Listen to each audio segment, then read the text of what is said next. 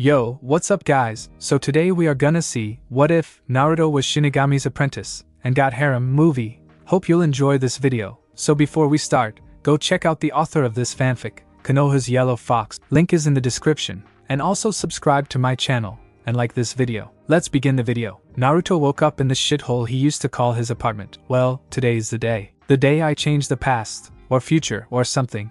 Naruto was 13 again. However, he was 5'7", and in Kyuubi's opinion, well, you'll find out later. He was wearing a mesh shirt with a black skin-tight shirt with a black trench coat with the kanji for Fox of Death on the back. He was wearing, you guessed it, black pants with extra pockets for sealing scrolls and equipment. He had a resistance seal on his torso that was set to 32 at the time, that was shaped like a fox with a tail running down to his left hand. He had a ring on his right hand that looked like it was made out of bone. He was also wearing arm guard-like things which, if you looked closely, you could see a dark glow from. He meditated for a moment before red chakra started to pour from his stomach. Within 1 minute a woman was standing there. She was 5 feet 5 inches with red hair that reached down to her lower back. The most noticeable feature was that she was completely nude. Natsumi-chan, wait here, I'll get you some clothes. 5 minutes later Naruto returned with a bundle of clothes. I know it's not much, but we can go shopping later. It's fine, Naruto-kun. With that she changed. Well, it's time for me to go. I love you. I love you too, Naruto-kun. With that Naruto heads off for the academy for the team assignment. When he gets there he decides to sit next to Shino. What are you doing here, Naruto?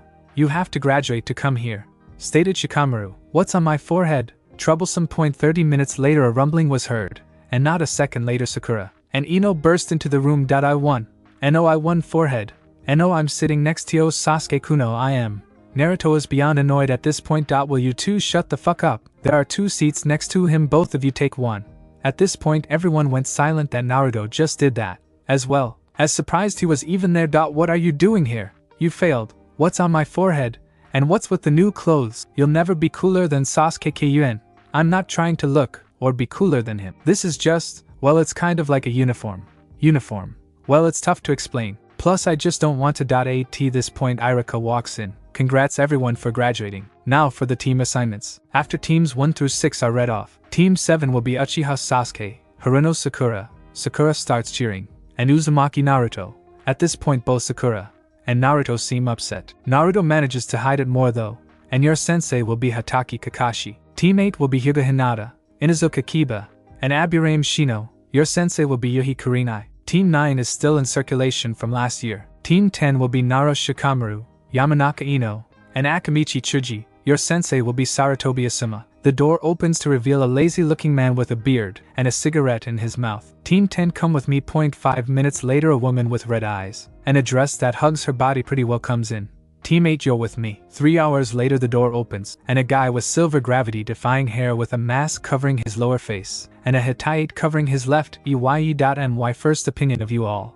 I don't like you. Meet me on the roof. With that he left in a swirl of leaves and smoke. Naruto follows in a similar way. On the roof Kakashi gets ready when he sees a puff of smoke and fire appear and disappear, and Naruto leaves where it happened. To say Kakashi was shocked was an understatement. Shortly after the rest of the team made it up and sat down. Well, I must say I'm impressed. That's a level. How does that dope know like that? I should have that power, Sasuke thought. So, tell me your likes, dislikes, hobbies, and dreams, Kakashi said. Could you go to Kakashi-sensei first? Sakura said. Alright. My name is Kakashi Hatake. My likes and dislikes. I don't feel like telling you that. My hobbies. Well, I have lots of hobbies and dreams for the future. I don't want to tell you that. All he told us was his name. Both Sakura and Sasuke thought. More like you like reading porn in public. You hate those who dislike your porn. Your hobby is to read porn, and your dream is to meet Jiraiya and get his autograph, Naruto said, holding in his laughter at Kakashi's face. Alright then you can go first, smartmouth. My name is Naruto Uzumaki. My hobbies are training, creating new, killing those who make me mad, and a certain fox. My dislikes are fangirls, rapists, and arrogant bastards with 10-foot poles shoved up their ass. My hobbies are training, and spending time with my friends. My dream is to make my master proud, and maybe even take his place one day. Master? The other 3 thought. Next you Pinky. Pinky? I've heard better. My name is Sakura Haruno. My likes, stares at Sasuke. My dislikes, Ino Pig, and Naruto Baka. What should I do? My hobbies, stares at Sasuke. My dreams, stares at Sasuke with a blush. You next duck ass. My name is Sasuke Uchiha. My likes are nothing. I hate everything. And my dream is more of an ambition because I will make it happen. I will kill a certain someone, and restore my clan. He's so cool, Sakura thought. Great an Amo Avenger. A fangirl. At least the blonde seems somewhat normal. Great, meet me at Training Ground 7 at 5 AM tomorrow for your survival test. And don't eat breakfast, you'll throw up. Ja any, see ya. With that Naruto left for Training Ground 9. Time to show up Niji. With that he started laughing. That is until Shinigami interrupted him. Naruto, I got a gift for you. What kind of gift? One to let you show that sense of yours. Alright, see you in a minute. With that Naruto headed home to tell Natsumi how he had to meet Shinigami. He opened the door to see her sitting on the couch reading a book called Natsumi-chan. Naruto-kun, I missed you.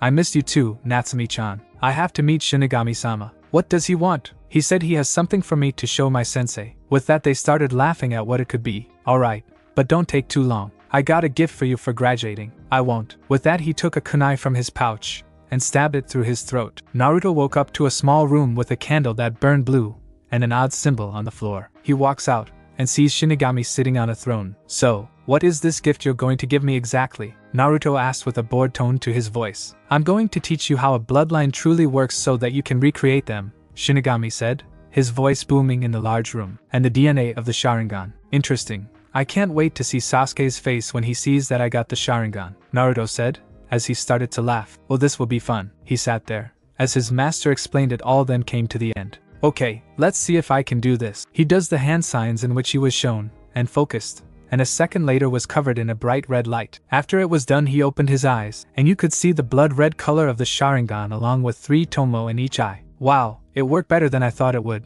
Thanks Shinigami-sama. Naruto said, the tomo in his eyes spinning madly. Well, it's about time you went back. Natsumi has a gift for you too, doesn't she? Shinigami said while laughing perversely. I swear you're worse than Jiraiya sometimes. Well, goodbye. With that Naruto went back to the room he woke up in, and stood in the seal. He thought of being in his living room, and moments later he felt a rush come to him. Seconds later he appeared on his couch. Wow, 8:30. I thought I was gone longer. He walked into his room in which he found Natsumi waiting on the bed. There you are, Naruto-kun, she said seductively. The next day Naruto made breakfast for him, and Natsumi ate, and left, kissing her on the way out. Let's see, goals for today. Kick Kakashi's ass, show up Sasuke, a little training, and whatever else comes to mind. When he arrived Sakura noticed him. You're late Naruto baka, Sakura screeched. Ow, sorry I got lost on the road of life, Naruto said, thinking it would be funny to use the same excuse Kakashi was about to use. He sat next to a tree, and waited. 5 minutes later there was a puff of smoke. When it cleared up you could see Kakashi standing there reading his porn. Yo, sorry I'm late, I got lost on the road of life. Naruto already used that one, Sasuke stated calmly. What?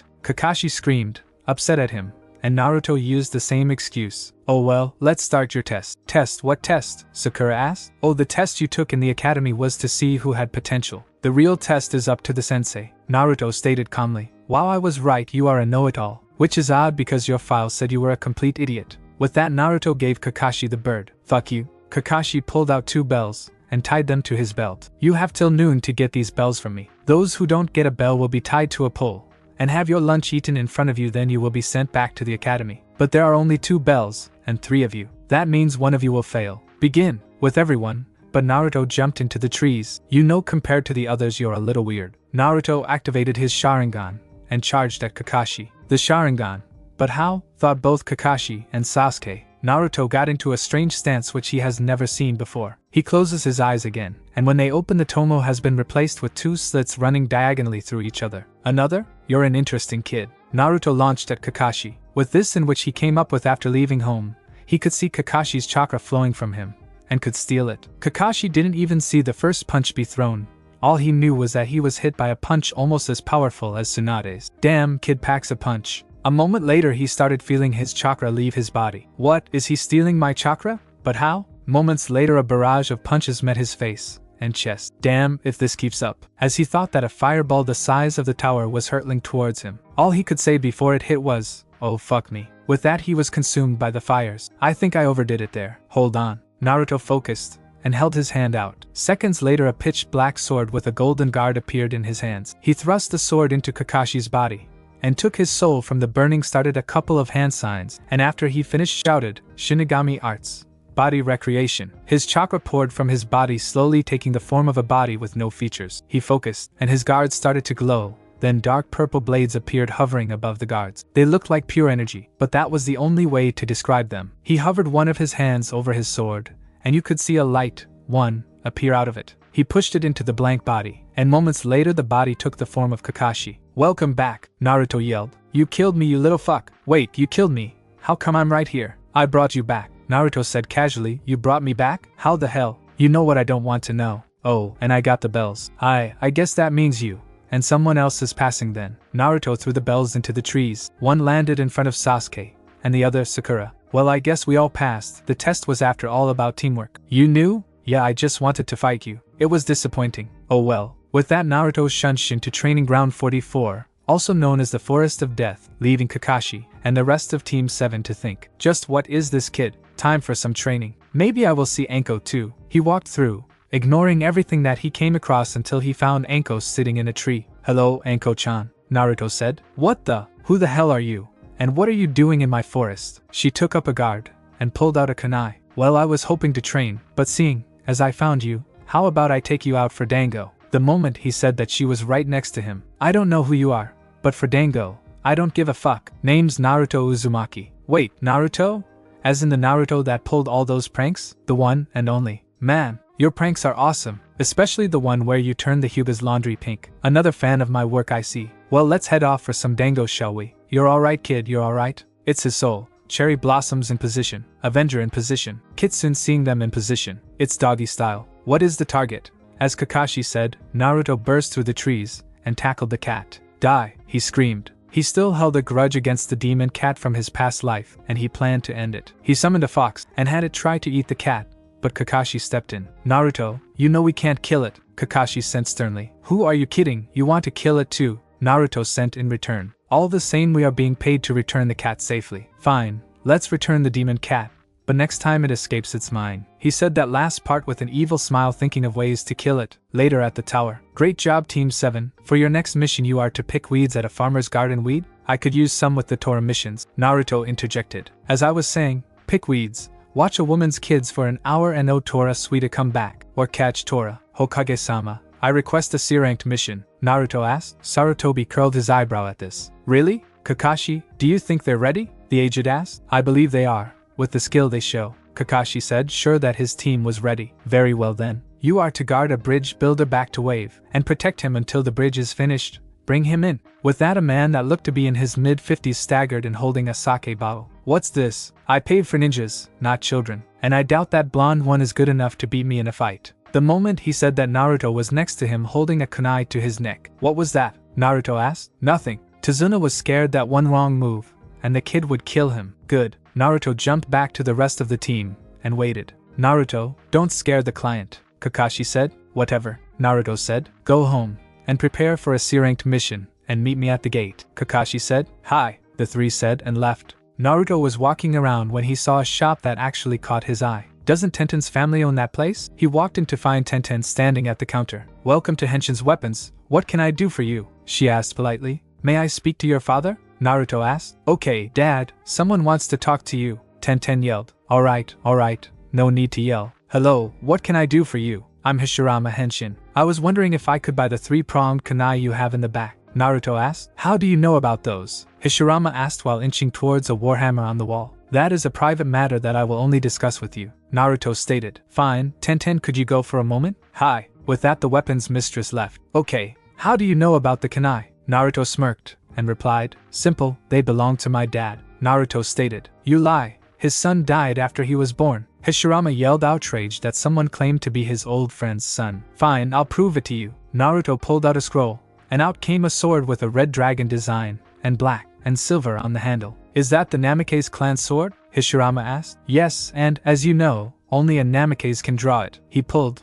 and the blade eased out. The blade was black on one side, and white on the other, representing balance. "Why, you are his son!" Hashirama jumped over the counter, and pulled Naruto into a bear hug. "I thought you were dead. I thought that his legacy was gone. I guess I was wrong," he said with a smile on his face. "Yeah, you were," Naruto said with a smile on his face as well. He remembered the happiness that Hashirama was feeling. He felt it the day he got reunited with Natsumi. Flashback. Naruto was waking up for his morning workout. He was 1 month into his training with Shinigami when he was called into the throne room. "What is it, Shinigami-sama?" Naruto asked. "Today I'm going to fulfill my promise and give Natsumi back to you." Naruto started jumping for joy, happy that he was finally going to be with her again. "Okay, Hold on, this will take some work to pull off. Shinigami started to focus, and soon a light started to consume Naruto. Naruto felt a pain which was equal to that of the chakra burns he got when he went 5 tails while fighting Orochimaru. After a while the pain stopped, and laying in front of him was Natsumi. "Ugh, what hit me?" she asked, as she started to wake up. "Natsumi-chan?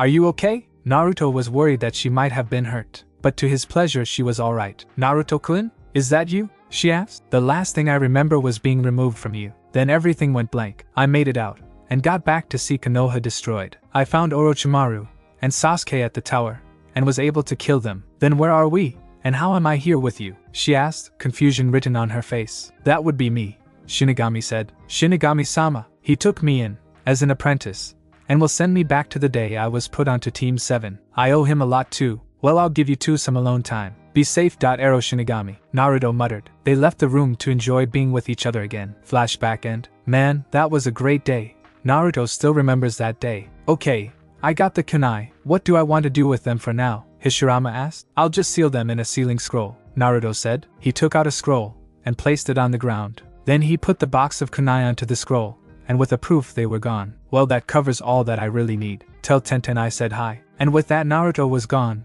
just like his father. Maybe he and Tenten will end up together. He pondered on that thought before he decided to let things run their course. "Tenten, you can come down now," he yelled. "Okay, food check, water check, weapons check, clothes check, time to head out." Naruto started to head to the gate when he heard a loud noise behind him. "Oh no," he thought. The moment that thought went through his head, two men in green spandex got closer to him. He brought his arms out at the last second, and the two ran right into his fists. Dazed, the older one decided to ask what happened. "Ouch. What happened to our youthful jog?" he asked. "You ran into my fists, that's what," Naruto said while holding in his laughter. "Who are you, my youthful friend?" the other one asked. "Name's Naruto. You two are both Guy and Lee, right?" Naruto already knew the answer. "Yes, that is correct," they both yelled in unison. "Well, when I get back from my mission I would like to spar with both of you later, but right now I got to go. See you." And with that, Naruto disappeared. "YOSH, his flames of youth burned brightly," yelled Guy. "I swear those two are the two most annoying people I have ever met." When Naruto made it to the gate he saw everyone else just arriving,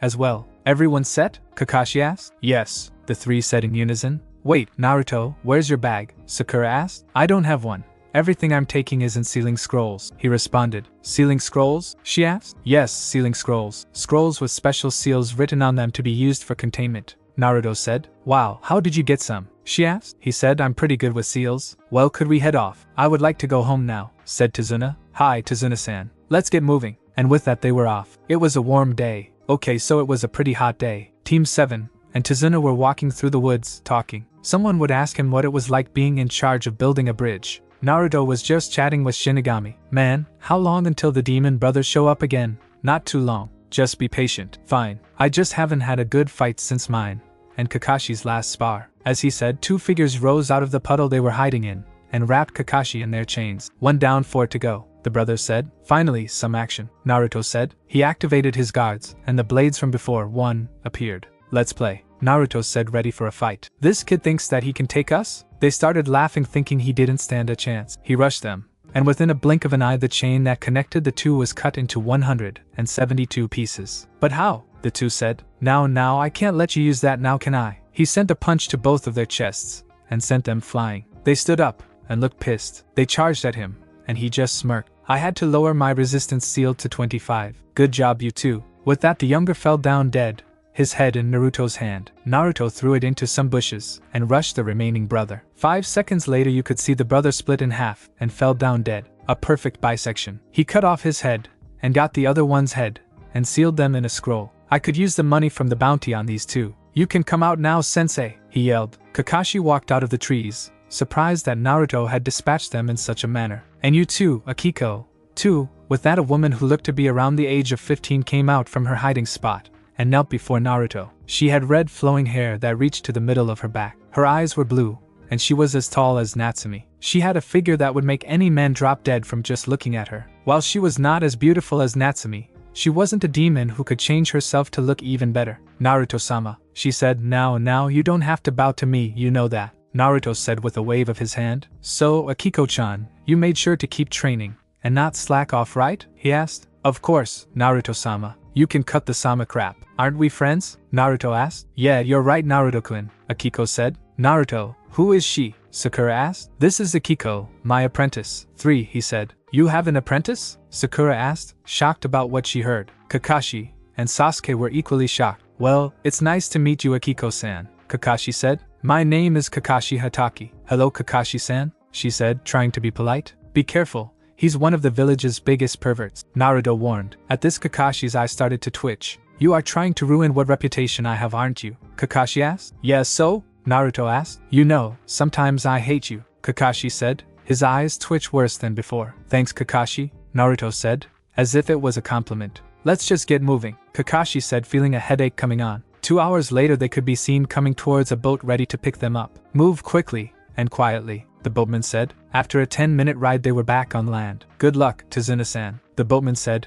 As he left, the group were walking when Naruto felt Zabuza watching them. Okay, let's do this. He threw a kunai into the bushes, pulled a rabbit from out of the bushes, and got ready. Get down, Kakashi yelled. Everyone, but Naruto dropped to the ground. Just as the sword was about to hit him, he jumped over it. Pretty good, but not good enough, Zabuza said. Akiko, I'll leave this up to you. Show them what you've got, Naruto said. Hi, Naruto-kun, she replied. This has got to be a joke. You're having me fight her? Zabuza fell down holding his sides laughing. When he was done he got up and pulled his sword free from the tree. Gaki, do you even know who I am? He asked. Zabuza Momochi, the demon of the mist, Naruto said. Well, you know my name and title, big deal. Zabuza readied his sword. Go, Akiko. She nodded her head and focused. A moment later her guards hummed for a moment before blades of energy similar to Naruto's appeared above her guards. She has a pair of those too? Kakashi asked. Naruto just nodded. Hold on, don't use those, use your sword. We don't want you cutting through his now, do we? Naruto said. Hi. She deactivated her guards and focused. A moment later,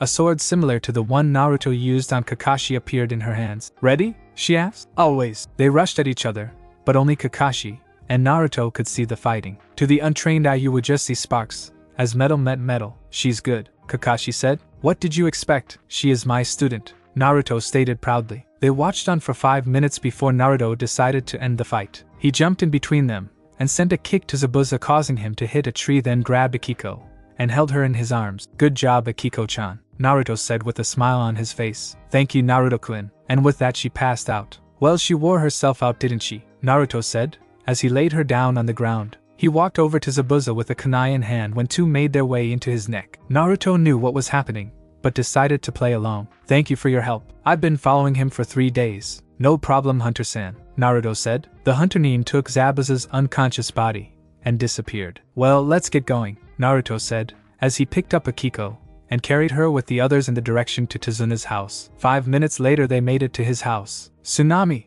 I'm home, Tazuna yelled. Dad, I'm glad you made it back, she said. It's all thanks to these ninja, he said, motioning to them. Oh, is she okay? Tsunami asked when she saw Akiko. Yeah, she's just tired, Naruto said. Well, follow me. I'll take her to where she can sleep. Naruto followed, and when they made it he laid her down. What's your name? She asked. Naruto Uzumaki, Naruto said. As in the ramen? She asked, confused. No, as in Maelstrom, he said. Oh, that's better than a type of ramen, she said. Well, I'll be down when she wakes up, okay, Naruto said. Alright, just don't do anything you'll regret later, she said, as she leaked a small amount of killer intent. Don't worry, she's my student. I wouldn't harm her in any way, Naruto said while emphasizing any. Got it, she said while going downstairs. Man, today has been pretty long. What hit me? Akiko asked, as she woke up. That would be a headache, Naruto said walking in the room. I brought you dinner. Thanks. So how long was I out? She asked. 4 hours, Naruto stated. That's not so bad. Yeah, well, eat up, and when you're ready come downstairs. I got something for you. With that he left. I wonder what he's talking about.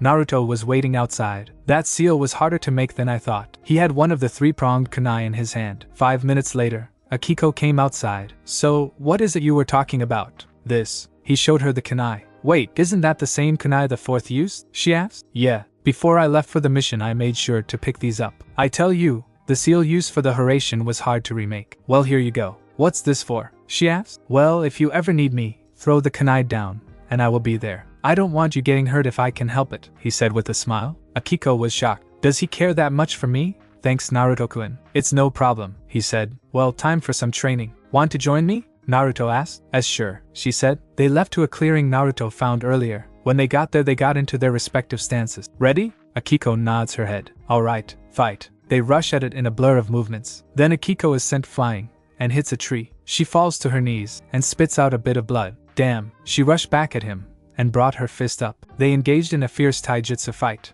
Naruto took a hard right to the ribs and felt some break. Shit, you hit as hard as Tsunade. Thanks. I worked on learning how she hit as hard as she did. At this, Naruto paled. The fight continued for another 30 minutes before Naruto decided to end the fight. He caught her fist as it was about to hit him in the face and held 2 fingers in front of her face. I win. But damn, you got a hard punch, he said, as he started nursing his broken ribs. He applied some of his Kyuubi chakra into the wounded area and soon felt the injuries fade away. Ah, that's better, he said, relieved. Let's go home. Hi.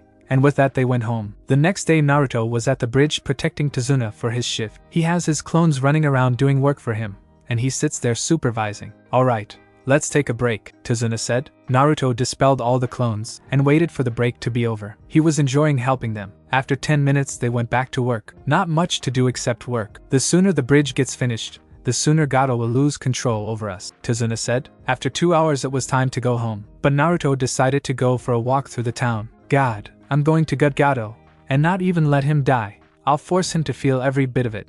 Naruto was enraged. He felt a tug at his pants, and looked down to see a little girl around the age of 6. He pushed his hand into his storage center Shinigami helped him make, and pulled out 1,000 real, and some candy, and handed the stuff to the girl. She thanked him, and he smiled at her. He would help this place again. But first, he decided to play with the kids that surrounded him. Okay, hold on. Who wants to see something cool? He asked while remembering what it was like to be in their shoes. That is if they had shoes, which they unfortunately did not. The kids nodded, and he started a few hand seals, then he pointed his hands towards the sky, and sent off a burst of chakra, but with how he focused it, it looked like fireworks. The kids started laughing and cheering, making the blonde feel good knowing he was helping them. He made a couple of shadow clones and had them pick up the kids, and they gave them piggyback rides around town. When it got dark he knew he had to leave, so to do them a favor he started some hand seals, and when he finished he put his hands down on the ground and said, Mokuton, wooden encampment.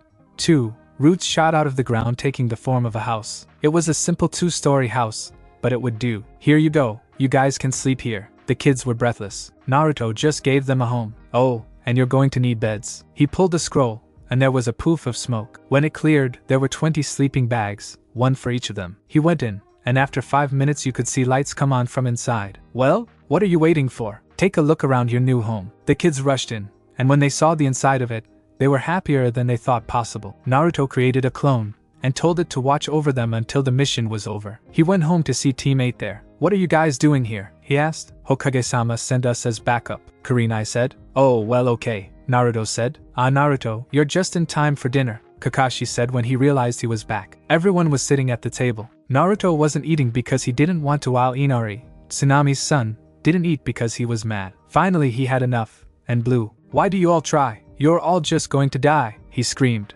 Inari, yelled Tsunami, surprised at her son. Kid, you are wrong there. Although you'll find out why soon enough, Naruto said with a laugh. You just sit here. You all had a great life. None of you know what it's like to suffer. Inari struck a nerve there. The temperature literally dropped 30 degrees. Don't know what it's like to suffer. Don't know what it's like to suffer. No, you don't know what it's like to suffer, kid. But I do. Sasuke knows what it's like to suffer. His clan was killed by his older brother, and then he was forced to relive it over and over again. And me, kid, you do not want to know what I have been through. Just take a look at just some of the things that have happened to me. He pulled away part of his shirt and focused. A moment later a giant scar appeared on his chest and on the opposite side of his back. You see this? This is the first scar I ever got. If I was a normal person then my body would have more scars than there are stars in the sky. This is the worst though. I had lightning shoved right through my chest, he said. Everyone was baffled. What happened to him? Everyone there except Kakashi thought, already knowing. I'm going to go train some. And with that he left. Suddenly everyone could smell piss. The killer intent that Naruto was radiating made Akamaru piss, and he just so happened to be in Kiba's jacket. Damn it, now I smell like piss. Naruto was back at the clearing he found, and started destroying it. Damn brat futon. Raisin shuriken. A form in his hand took the form of a giant wind shuriken. He threw it, and expanded the clearing, and promptly passed out, as well. The next day a woman was walking through the woods with a basket full of herbs in it. She saw the destruction, and was shocked. What happened here? She thought. Just then she saw Naruto laying on the forest floor asleep. He's one of the leaf nin that hurt Zabuza-sama. She walked up, and was about to choke him when she decided against it and shook him awake. Great, did Shinigami-sama kill me again? Seriously, I'm seeing angels, Naruto said in a daze. The woman blushed afterwards. What did he mean when he said it again? She thought. You'll get a cold if you sleep out here. No, I won't. Only been sick once, and that was when I was poisoned with 10 different types of poison, he said. Wow, 10 different types? Well, my name's Haku. What's yours? She asked. Naruto Uzumaki, the spirit king of Konoha, Naruto said. Nice to meet you, Haku said. Hey Haku, how's Nobrows doing? He asked. Haku's blood ran cold. Damn, he recognized me. She went to pull some out of her sleeve when she remembered that she didn't bring any. Don't worry, I want to offer you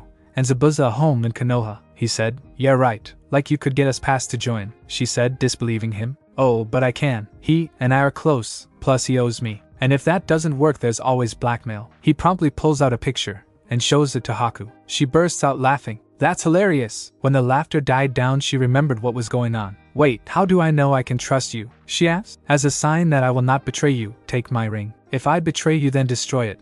But if I don't, then you give it back, he said while handing it to her. What's so special about this ring? She asked. My master gave it to me when I finished my training. It's one of my most treasured items, Naruto said. Fine, I will let Zabuza-sama know about this proposition, she said, still didn't trust him. Well, would you like some help, Haku-chan? He asked, and caused Haku to blush. No, I'm good, she said, then left in a mirror of ice. To prepare for Zabuza, Kurinai, and I will train you, said Kakashi. Let me guess, tree climbing? Naruto said with a bored tone. Well, yes, Kakashi said, annoyed. He really annoys me sometimes. Smart-mouthed blonde, Kakashi thought. Well then, I'm out of here, Naruto said while walking away. Same, said Akiko. Wait, where do you think you're going? Kurinai asked. To do some real training, Naruto yelled from a distance. Just then, Kakashi appeared in front of him. I don't think so, I have to teach you this too, he said. You can't teach what someone already knows, Naruto said, as he pressed forward. So you're saying you can do the exercise? Kakashi said, not believing that Naruto could do it. Yep. With that, Naruto walked up the nearest tree and stood upside down on the highest branch. Wait, how about I teach you how to use the Sharingan to its fullest? Kakashi offered. No thanks, don't have the Sharingan anymore, Naruto said. How do you just lose it? Kakashi asked. I gave it up for a stronger version of my Rishigan. One, Naruto said. Leech Eye. Appropriate. So, you gave up the Sharingan for an advanced version of this of yours? Kakashi asked. Yes, those who have the Rishigan also develop others, and eventually can trade them out for an advanced version. What is this advanced called? Kakashi asked. Naruto smirked. Kamigan, Naruto said. He then activated the Kamigan to show red irises, and 2 black slitted pupils. The white of the eyes were replaced by black. Veins bulged near the eyes similar to the Byakugan, and a gray ring appeared around the outside edges of the irises. With this, I have access to the abilities of the Sharingan, Byakugan, Rinnegan, Rishigan, and the Mangekyo Sharingan. But when activated, it drains 5 times the normal amount from A. Amazing, Kakashi said in disbelief. Because of the drain, I won't use it often. Only when I need to, kind of like a trump card. Naruto deactivated his new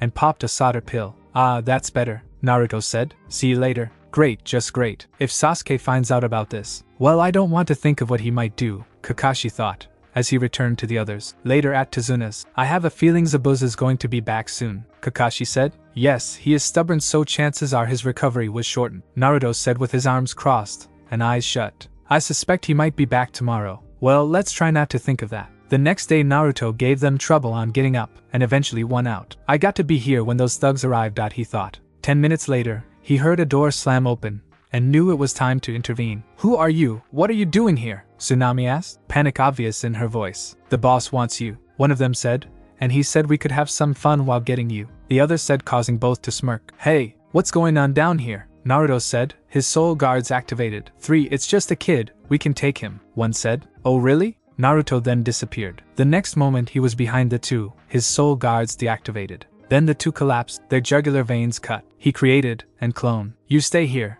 and watch them. It's time for me to go to the bridge, he said. He released the resistance seal on his chest, and with a burst of speed was at the bridge within seconds. He replied to the seal. Well, right on cue. Sasuke getting his ass kicked, Zabuza and Kakashi fighting, and Sakura watching Tazuna. He jumped into the ice dome that housed the Uchiha. Yo, Naruto said. You idiot. You could have found out how to destroy this thing if you stayed out there. Now we're both sitting ducks, Sasuke said, pissed. Well, there is a duck sitting on your head. As for how to destroy this thing, I already know how, Naruto said, grinning. How? Sasuke asked. With this Rishigan. Does the Dobe have a? The Rishigan can see chakra flow from objects and people and can absorb the chakra, Naruto said. He focused on a 360 chakra consumption, leaving out Sasuke, and Haku of course. There, he said. A moment later, the mirrors started to fade and melt. Damn it, Haku cursed. Sasuke sent a punch to Haku's face, sending her flying. He then sent 4 kunai aimed to hit her in the chest. Naruto used his advanced wind control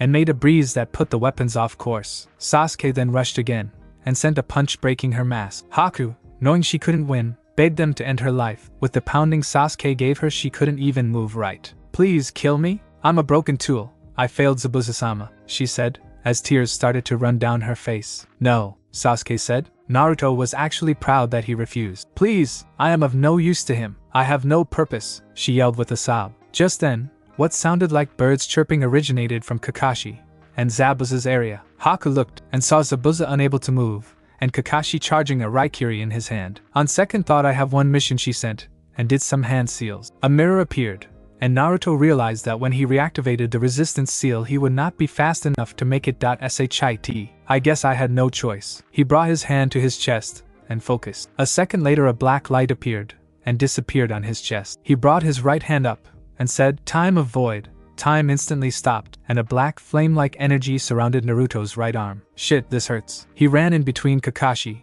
and Haku and pushed her out of the way. He went to push Zabuza out of the way when the pain in his arm became too much, and he lost focus. The flames died, and time resumed. Seconds later a Raikiri was impaled through his chest. Everybody's eyes widened. Naruto, everyone except Zabuza thought. Did this kid really just do this? Kakashi quickly pulled his hand out of Naruto's chest, and Naruto coughed up some blood. Naruto, shit, damn it, Kakashi said while trying to stop the bleeding. Damn, I'm in deep shit, Naruto said, and laughed a bit. Naruto saves your breath. Suddenly everyone heard clapping. What a show! The blonde kid killed by his own teacher. This is too good. It was Gato, Naruto said. Oh, so you're not dead yet, Gato said. No, but you will. Naruto forced himself up onto his feet. I got one good go left in me, and I plan on killing you with it. Naruto focused, and soon he was engulfed in black flame, and he felt the same pain from his arm, only all over his body, and 5 times worse. When the flames dissipated, a man around 6'0" was standing there in a black and red armor. I am the Void, Naruto, now known as Void, said. He summoned his sword,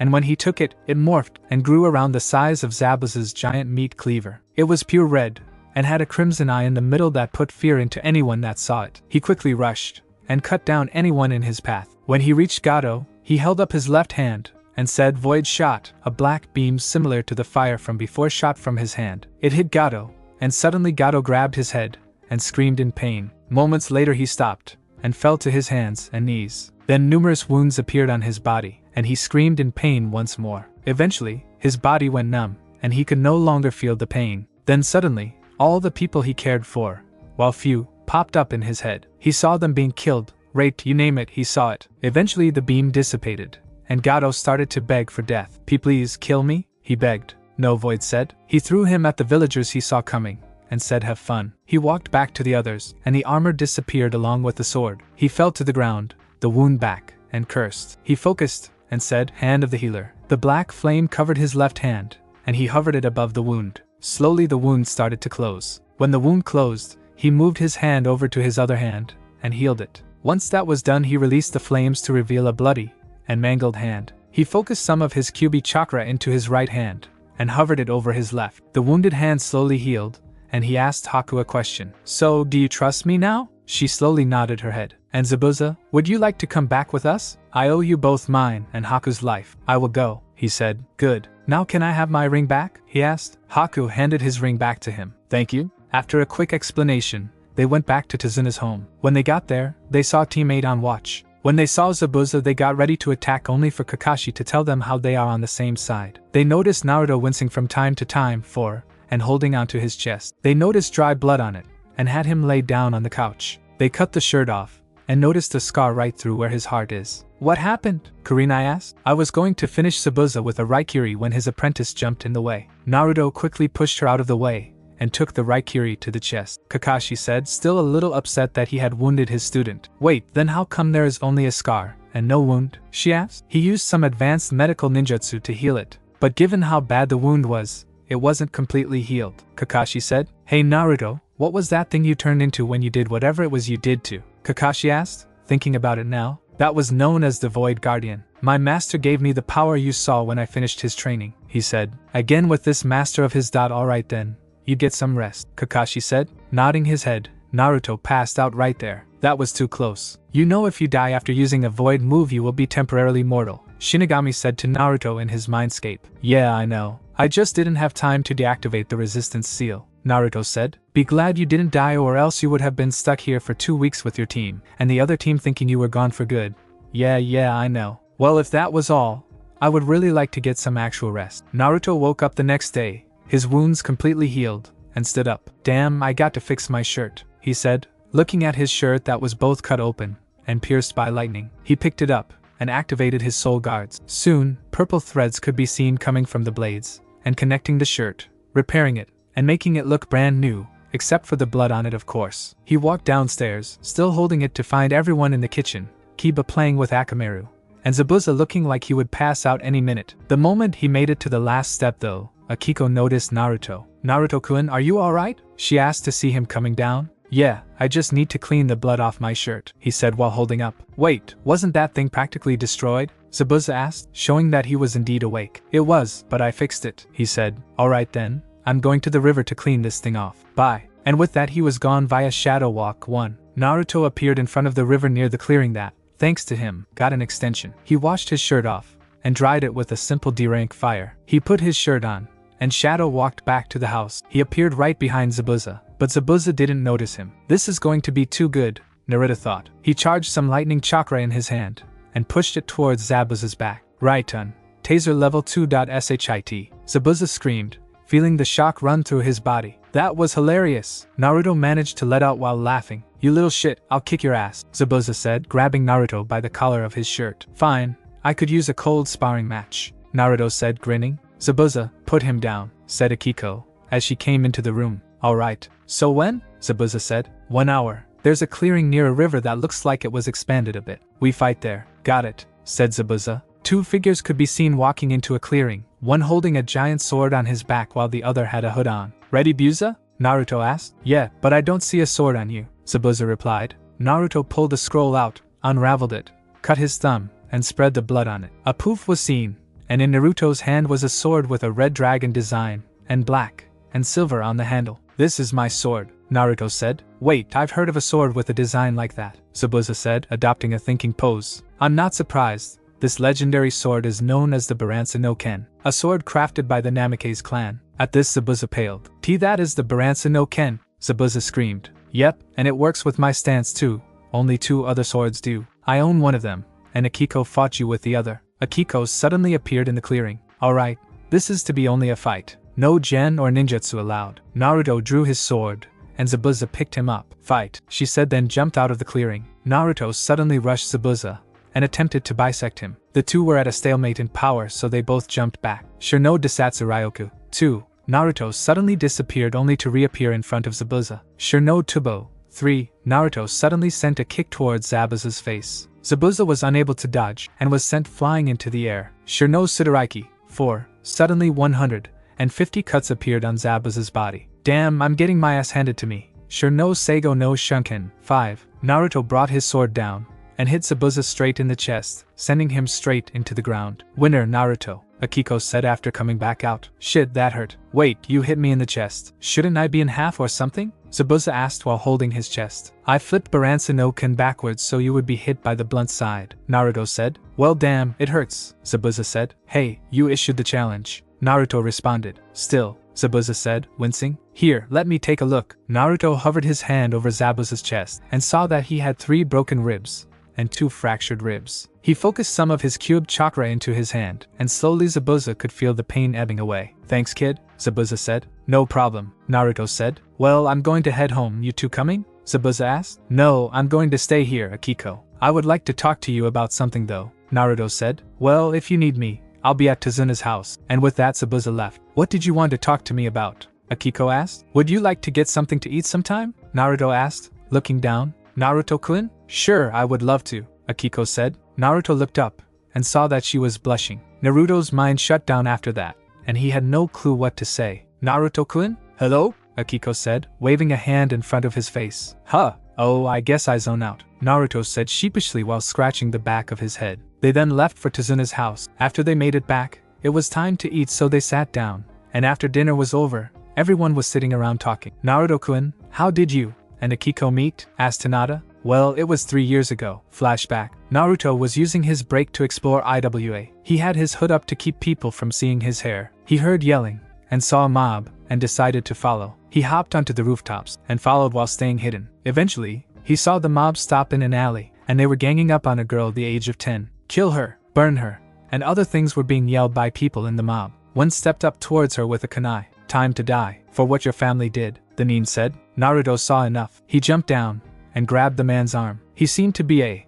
rookie at that. Who the hell are you? Let me go, he said. Not until you tell me why you were about to kill an innocent girl, Naruto said, releasing some of his Shinigami chakra. 6. To make his voice sound more demonic. Her family betrayed this village, he said. 2 things: how and why take it out on her, Naruto said. They were said to be the best. They went to kill the 4th, but failed. We are trying to wipe her clan off the face of the planet. Now let me go, he demanded. Naruto just squeezed harder, breaking the nin's arm. Damn it, you son of a bitch. He went to grab at Naruto when suddenly Naruto shoved his hand through the nin's chest. What? How? He said before coughing up blood, and Naruto suddenly started some hand seals, and when he finished he used his Shinigami chakra. Gates of hell, he said. Suddenly everyone there was being dragged down into what they could only guess were the gates of hell. Help, was all he heard before they were consumed. He turned around towards the little girl. He activated his Shinigami vision, 5, and looked at her. Odd, her soul is stronger than most people, he thought. That's because she has a high spiritual awareness, something rare to be born with. I had to increase yours. With this you could teach her. It might be a good thing to take on an apprentice of your own, Shinigami said. You're right, I'll do it. Besides, if I don't, she'll be dead within the week,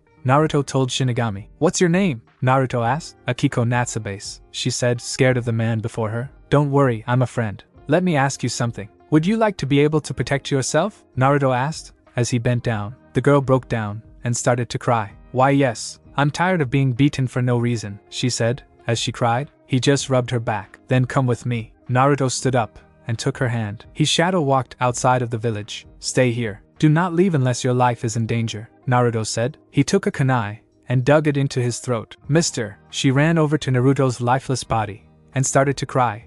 But listen to the last thing he said. Naruto appeared in limbo a moment later. Alright, I could use a pair of soul guards for her training, Naruto said, as he walked up to the death god. Good luck. Here you go. Oh, and don't kill her with your training, Shinigami said, chuckling. Yeah, see you? He went to the seal in his room and reappeared where his dead body was. Alright, I'm back, Naruto said to the weeping girl. What's wrong? He asked. She suddenly jumped towards him and started to cry. I thought you were dead, she said while crying. I was just getting you something, he said, as he pulled out the soul guards. Here you go, try them on. She looked at them then towards him, and saw he was wearing a pair, as well. She put them on, and soon they started to glow. What's going on? She asked, afraid that he may have tricked her. They are just fitting, so they will only work for you, he said, as he activated his. He started to create spirit threads, and weave them together to make an outfit similar to his. Akiko was mesmerized by this. That was so cool, she said. I guess it was. Well, here you go, he said, as he handed her the new outfit. It's special, it won't burn.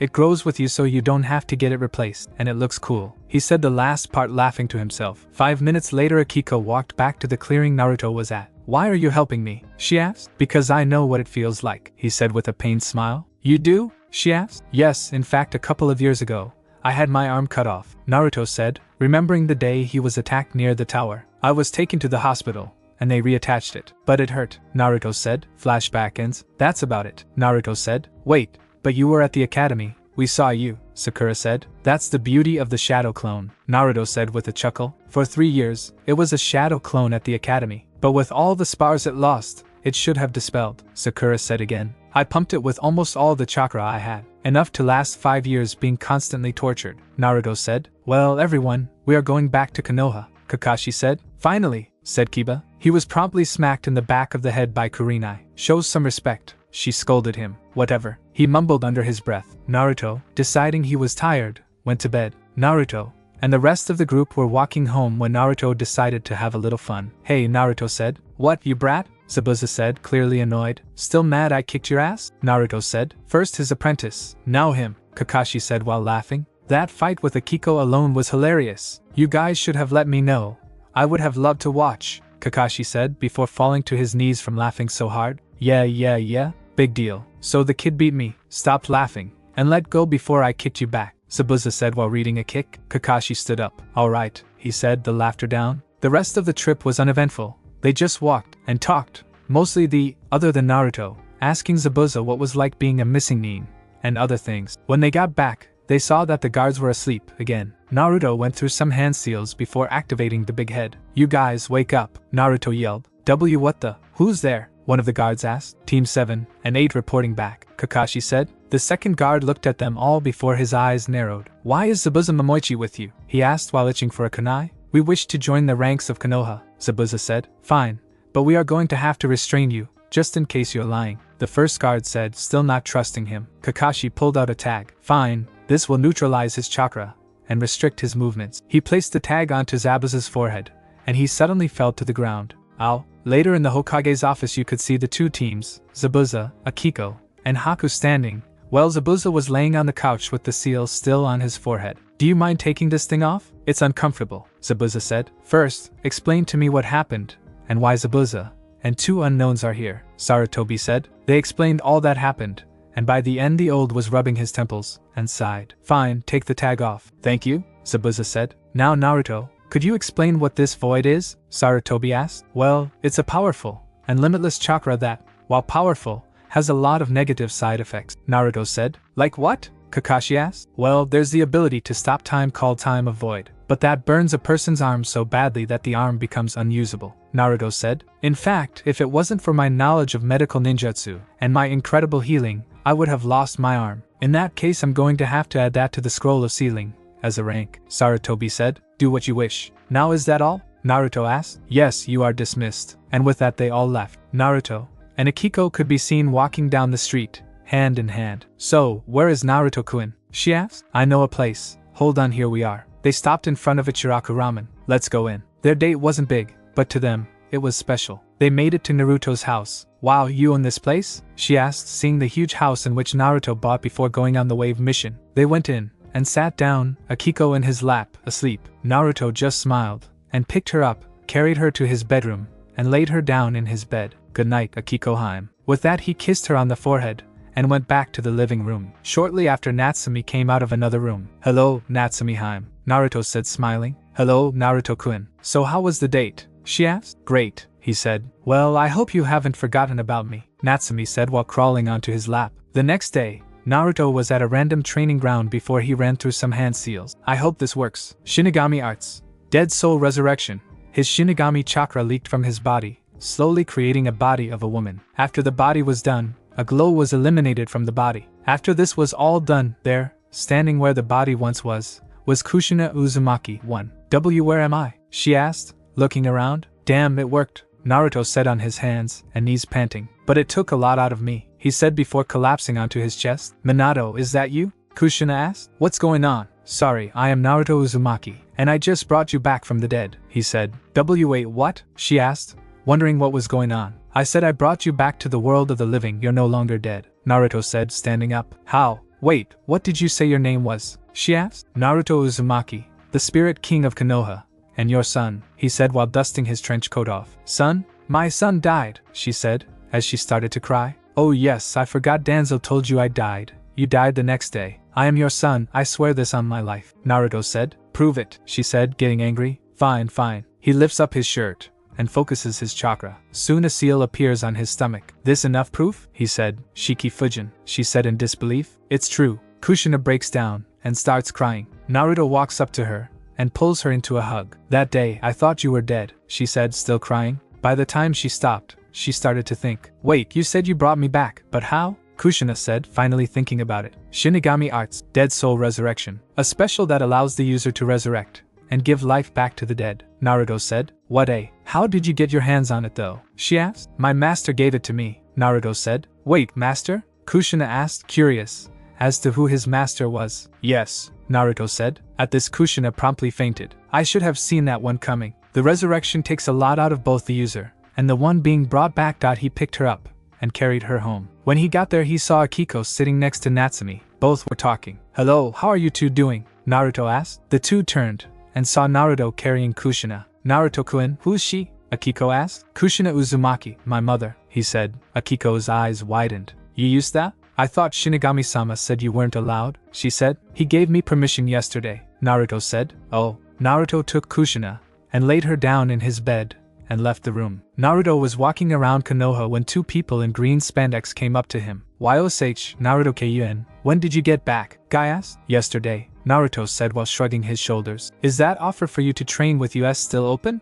Lee asked. Yeah, Naruto said, getting ready for whatever might happen next. Well then, let's go. Suddenly, the three were gone. They appeared in training ground 9 a moment later. What just happened? Naruto asked while trying to stand up straight. The power of youth, both Guy and Lee yelled. Oh, well, are we going to talk or train? Naruto asked. Your flames of youth burn brightly, Naruto Kun, Guy said. I say we start off with a sparring match, me versus Lee, Naruto said. I accept your challenge, Lee said. In that case, I suggest you take your weights off, and I'll turn off my resistance seal. At that, Lee looked at Guy. Go for it, Lee. Show him how brightly your flames of youth burn, Guy said. Lee took his weights off, and Naruto turned his seal off. This will be a taijutsu spar only. Naruto, that means no knee nor, Guy said. Hi. Naruto got into his stance, and Lee got into his fight. The two rushed each other, but Naruto was faster. He threw a punch that connected with Lee's side, and sent him flying. He crashed through 2 trees, and collided with a third. Guy's eyes widened. What speed, what power. Kakashi wasn't lying, he thought. Lee walked back into the clearing, and ran at Naruto. He threw a punch at Naruto, but Naruto caught it, and sent a jab towards Lee's stomach. Lee just barely evaded it, and backed away. What speed and power. If that were to have hit me, he stopped thinking about that. Naruto disappeared in a burst of speed, and appeared in front of Lee. Lee's eyes widened. Lee, I give you permission, Guy said. Lee nodded his head, and focused. He lunged at Naruto, and kicked him into the air. The bandages around his arms unraveled, and he started to kick him farther, and farther into the air. Suddenly he appeared right next to Naruto's upside-down form, and wrapped the bandages around him. Front lotus. The two started to spin, and Naruto was suddenly brought headfirst into the ground. Lee was left panting. Well, that packed quite a punch, Naruto said while leaving the crater he was in. Both Lee and Guy were shocked. He just walked out of there. Naruto rushed at Lee, and sent a kick sending him flying into the air. My turn. Front lotus. Lee was knocked out after they hit the ground. He'll be alright, Naruto said while walking towards him. He moved his hands over him, and soon a green chakra enveloped his hands, and started to heal the damage done to Lee. There we go. Resistance seal. 32, Naruto said while reactivating his resistance seal. Lee woke up 5 minutes later. Good spar, Lee, Naruto said, as he got up and left. Maybe we can do it again. What happened to Guy-sensei? Lee asked. He used the front lotus on you, Guy answered, with Naruto. I should visit Anko-chan. Naruto headed off towards the forest of death. He was strolling along when suddenly he felt a presence behind him. Hello, Anko-chan, Naruto said while turning around. Hello, Gaki, she said. She cut his cheek, and licked the blood off her kunai. Your blood is sweet, she said. Really? Naruto took out a kunai, and cut his arm. He let some of the blood pour into his hand, and took a sip. You're right, my blood is sweet. You actually did that? Wow, she said, slightly shocked that he just did that. Yeah, I came up with a prank to pull on Kakashi. You in?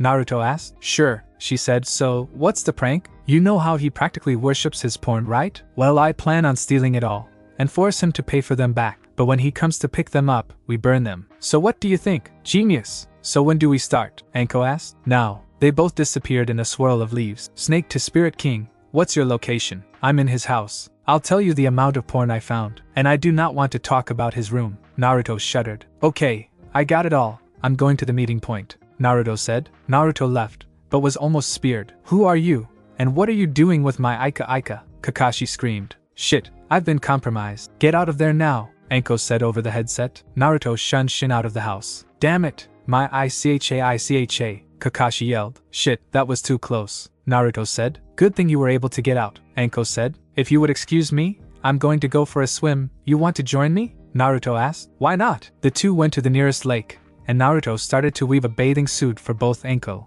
and him. What was that? Anko asked, as she changed. A spirit weave. It's where I manipulate my soul, and use my soul guards to create threads using my soul to power them, Naruto said, also changing. As he was changing, Anko caught a look, and saw how big his mini Naruto. She started to blush. Damn, he's huge, she thought. After they were changed, they started to swim. Anko suddenly lost to Naruto. Gaki, where'd you go? Anko got out of the water, and started looking. Suddenly a pair of arms wrapped around her waist. Right here, Naruto said while hugging Anko from behind. Anko started to blush. Miss me? No. I was just worried that I would have to tell Hokage-sama that I lost you, she said while trying to get control of her blush. Whatever you say, Anko-heim, Naruto said. Anko's blush just got worse. Anko turned around to look at Naruto, but when she did he kissed her. She at first was shocked, but started to melt into the kiss. The two soon parted to breathe. Where'd that come from? Anko asked after catching her breath. I can see people's souls if I want, and because of that I'm able to an extent, view a person's emotions as well. I looked at your soul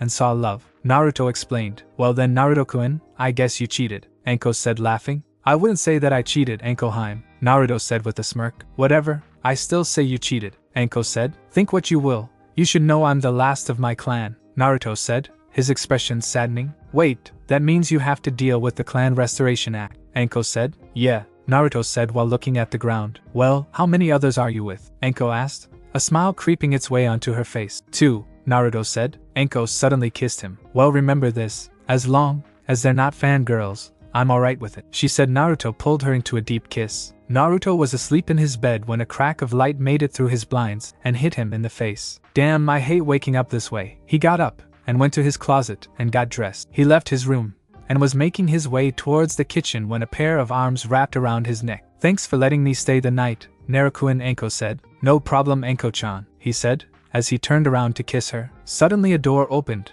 and they looked to see Kushina exiting the room Naruto put her in while clutching her head. What hit me? She said. Kushina, good to see you're finally up. It's been 2 days, Naruto said. 2 days, she screamed. Well, bringing you back took a toll on both you, and me you more so, Naruto said. Naruto-kun, who is she? Anko asked. This is Kushina Uzumaki, my mother, Naruto said. Wait, I thought your mother was dead, Anko stated. You're right, she was dead. Thanks to my master, I was able to bring her back to life, Naruto said. Anko remembered Orochimaru having a hat that could bring the dead back, and she suddenly assumed the worst. As far as she knew, Edo Tensei was the only to exist that could bring the dead back. No, I thought I could trust you, but you work for him. You just toyed with me, no doubt following orders, she said with sadness and anger written on her face. What? Oh, you actually think I would work for someone like Orochimaru, the one that caused the Kyuubi attack and took away my father? He said. My master can only be met in death, and, as such, he can take a person straight to hell,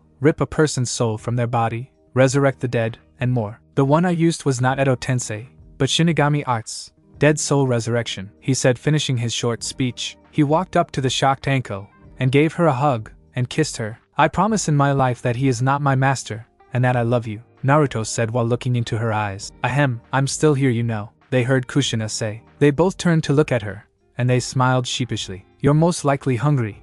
Let me make some breakfast, Naruto said, and walked into the kitchen, the two in tow. He made breakfast for 5, and Kushina raised her eyebrow. Why 5 plates? She asked. 3, 2, 1. As Naruto finished his countdown, Akiko and Natsumi came in and sat down. They started to eat, and when they took their first bite their eyes widened. Soon they finished, and Naruto was washing plates. That was great, Naruto-kun, Akiko said. As always, Natsumi said in agreement. Naruto just rubbed the back of his head. It wasn't that good, Naruto said, being modest. Kushina finally decided to ask who the other two were at this point. Naruto, who are these two? Kushina asked while motioning towards Akiko and Natsumi. Hello, I'm Akiko Matsunami, and I'm Natsumi Uzumaki. Kushina's eyes widened. Uzumaki? Who are your parents? Kushina asked. I don't have any, Natsumi said. I'm not a member of the clan by birth. Wait, that would mean... Kushina started. Anko, Akiko, and Natsumi walked up to Naruto and turned him around. We're all with him, the three said in unison. Kushina at first was shocked, but she remembered how Naruto is the last of the Namake's clan,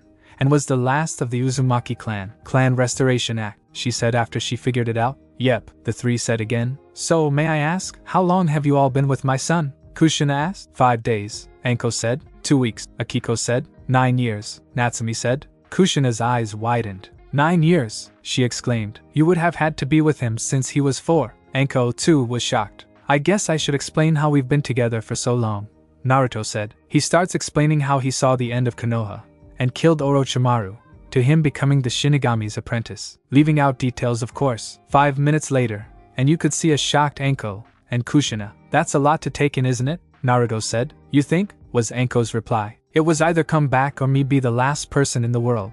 I think I made the right choice, Naruto said. Well, I'm going to go train. You might want to come with me, Kushina. Hey, I'm your mother. You don't have to call me by my name, Kushina replied. When you lived with barely anyone there for you, with everyone hating you, and no parents, it's hard to call someone mom, Naruto replied. At this, Kushina looked down, sad that she could not have been there for her son. But I'm alright, he said, but she could see the pain in his eyes. I'll take you up on that training offer. I feel pretty weak compared to how I was before, she said. It's a result of being brought back. You will only be as strong as you were when you died. And seeing as you weren't in your best health at the time, this is where you are at, Naruto explained. Well then, let's go, shall we? With that, the two were off. So, what are we going to do? Anko asked. Natsumi got an evil glint in her eyes. I got an idea, she said. 5 hours later, and you could see Naruto and Kushina panting and trying to catch their breaths. Even when weakened, you're good, Naruto said. Thanks, you're good too, Kushina replied. Naruto walked over to a tree and sat down under it. Kushina followed after. Naruto took a look at the destruction and remembered how the village looked before he came back. His expression saddened, something Kushina noticed. What's wrong? She asked. I just remembered how things were before I came back, he said, on the verge of tears. It was something I never wanted to see. I was going to be there next week, but I couldn't stop the destruction of the village, Naruto said, a few tears falling. Kushina looked at him, causing him to raise his gaze from the ground. Their eyes connected, and soon their lips met. They soon parted for air, and looked back up. They realized what just happened, but didn't care. They met in another lip lock, and soon the two once again parted for air. They soon left for home. When they made it, they saw Akiko, Anko, and Natsumi writing something. What are you writing? Naruto asked. Oh, nothing. It's just you remember the Ika you took from Kakashi. Well, we came up with the meeting place and time, Wednesday in the women's side of the hot springs, Anko said. Why Wednesday? Kushina asked. It's half off for Kunoichi that day, and my friend Kurinai is always there on Wednesday. With her being a master of, she will see right through Kakashi's transformation, Anko said. Soon, Naruto had the same grin the other three had. Genius, he said. Suddenly, there was a knock at the door, so Naruto answered it. When he got there, he saw Kakashi standing there with an emergency copy of Ika in hand. We got a mission, Team 7 and Anko. With that, Kakashi sunshine away. Anko, we got a mission, Naruto yelled. Alright, let's get going then. Naruto took her arm, and the two disappeared via shadow walk. They appeared in the Hokage's office a second later. We're here, Naruto said. He looked around, and saw the rest of Team 7 staring at him, as well as Team 8, Zabuza, and Haku. What? He asked. Nothing now, this is a high LOS ranked mission I'm giving Team 7, Anko Mitarashi, Team 8, and Zabuza, and his apprentice, Sarutobi said. The people there, save Naruto, Anko, Zabuza, and Kakashi, were shocked. Suddenly, Kiba jumped up and started to cheer. Hokage-sama, why are you giving us a mission like this? And more importantly, what is the mission? Kurinai asked. This is an escort mission for the daughter of the fire daimyo, the aged man said. At once everyone's eyes widened. Send her in, Sarutobi yelled. Suddenly, a girl who looked to be around the age of 14 walked in. She was 5 feet 4 inches with an elegant pink kimono. Her blue hair reached down to the middle of her back. Her eyes were a light red, and they seemed to almost glow. Thank you for your help. I am Matsu Yamara, she said. Naruto noticed that, even though she was a princess, she didn't sound stuck up like most of the Hyugas or Uchihas. Interesting. Last time I met a princess that wasn't stuck up, she also knew how to hold her own against some bandits, Naruto thought while analyzing her. Feeling that someone was staring at her, she looked around and saw that it was Naruto. Why are you staring at me? She asked. You don't seem stuck up like someone in royalty might be, Naruto replied. She stared at a moment before noticing his looks. She promptly blushed, something that didn't go unnoticed by Naruto. You are to escort her back home. You will be accompanied by her guards. As soon as they said that, 2 guys with red samurai armor and 2 long swords walked in. When do we leave? Naruto asked. In 3 days. Until then, she is going to stay at your house, Naruto. Naruto curled an eyebrow. Why my house? He asked. Because it's the safest and biggest. More room and more security, Sarutobi said. He remembered what the fire daimyo, an old friend of his, asked. Flashback. Sarutobi, my daughter is going to be on her way for a little vacation. I heard about one of your ninjas though, Naruto Uzumaki. I request that at the end of her vacation that she stay at his home, and in 3 days' time, be escorted by his team, and some others of your choice. The daimyo said to Sarutobi. What is with the request? I'm certain there are other places in which she can stay, Sarutobi said. I heard about Naruto. I was hoping that with this, they may end up in a relationship. I know what he holds, and I heard about how bad a life he has led. My daughter has always been treated as royalty, no matter how much she detests it. I am hoping that they may find something in common, become friends, or maybe something more. The daimyo took a drink from the glass in his hand after finishing. So, you basically want me to help get them together?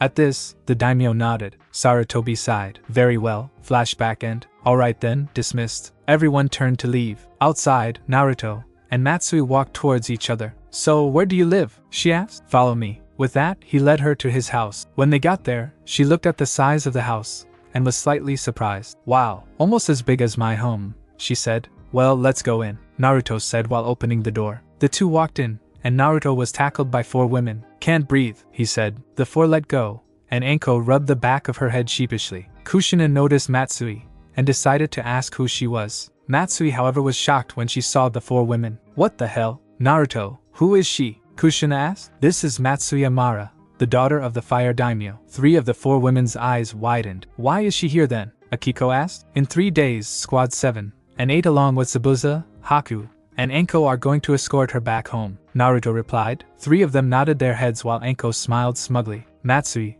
I never properly introduced myself. I am Naruto Uzumaki Namikaze. I heard of those clans. The Uzumaki were from Whirlpool, and the Namikaze were said to have been one of strongest clans in Konoha. I heard they were both wiped out though. Excuse me, I thought the Uzumaki and Namikaze clans were gone, she asked. Almost. I am the last of the Namikaze clan, and me, and Kushina, at this he points towards her, are the last 2 Uzumakis, Naruto said. So that makes you the clan head of both clans. But with being the heir of 2 almost extinct clans, she suddenly realized. He is under the Clan Restoration Act. Well, who's hungry?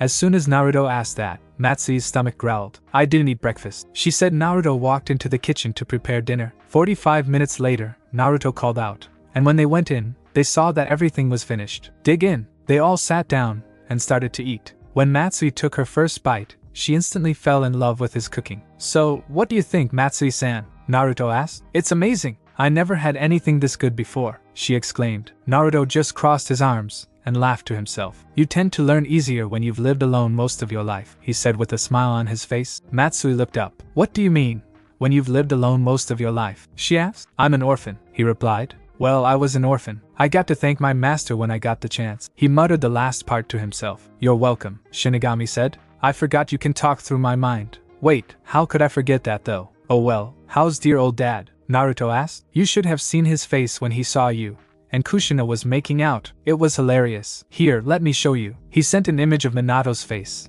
and Naruto suddenly fell to the ground laughing. He stood up and wiped a tear from his eye. What was so funny? Matsui asked. Nothing, just remembered a joke. Well, let's finish eating. 15 minutes later, Naruto was finishing up the dishes when Matsui walked up to him. Naruto-san, where do I stay? She asked. Follow me. He led her up to the next floor and picked out the second room from the stairs on the right. Here you go. Anything else? Suddenly, Matsui's eyes widened. I forgot my clothes, she exclaimed. No worries. His soul guard started to glow, and suddenly, an outfit around Matsui's size started to appear out of glowing threads that suddenly surrounded them. Here you go, Naruto said, handing her the clothing. How did you do that? She asked. I focused my soul as a source of power and used it to power my guards. They took that power and created spiritual threads that can be used to make any clothing or other things, he explained. Wow, where did you get them? She asked. Only people have them, both being in this house. They were a gift from my master, and Akiko's were a gift from me. A gift from master to apprentice, he said. Well, good night. He went downstairs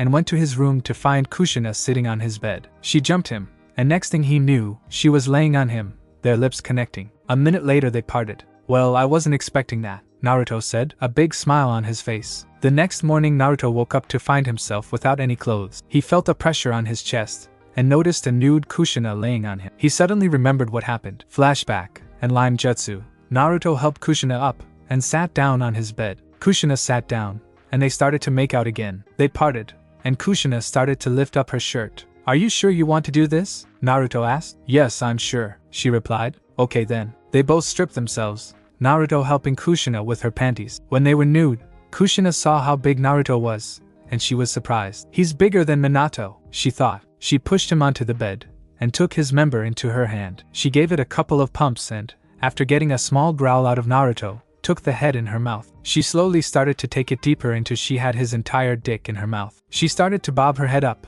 and down, and after a good 5 minutes, Naruto felt that he could no longer hold on. Shit. Naruto suddenly released his seed into her mouth, and she did her best to swallow it. She licked the rest off of her lips, and Naruto decided it was his turn to please her. He laid her onto her back and started to lick up her leg. She moaned a bit at the teasing, and Naruto just kept licking. She got tired of the teasing, and Naruto could tell. He positioned his face in front of her womanhood and gave a small lick. She moaned at that, so Naruto knew he was on the right track. He licked again, but pushed his tongue deeper. She moaned louder at this. He pushed his tongue into her and started to eat her out. She moaned louder than before and grabbed his head. She pulled, trying to get his tongue deeper. 5 minutes later, she reached her climax. Naruto lapped up her juices and smirked at the job well done. After she was ready, she pushed him back onto his back and positioned her womanhood over the tip of his member. She eased down slowly and took the head in. She winced at his size, but kept going down. The tip reached her barrier, and she was confused. A side effect, Naruto said. She nodded,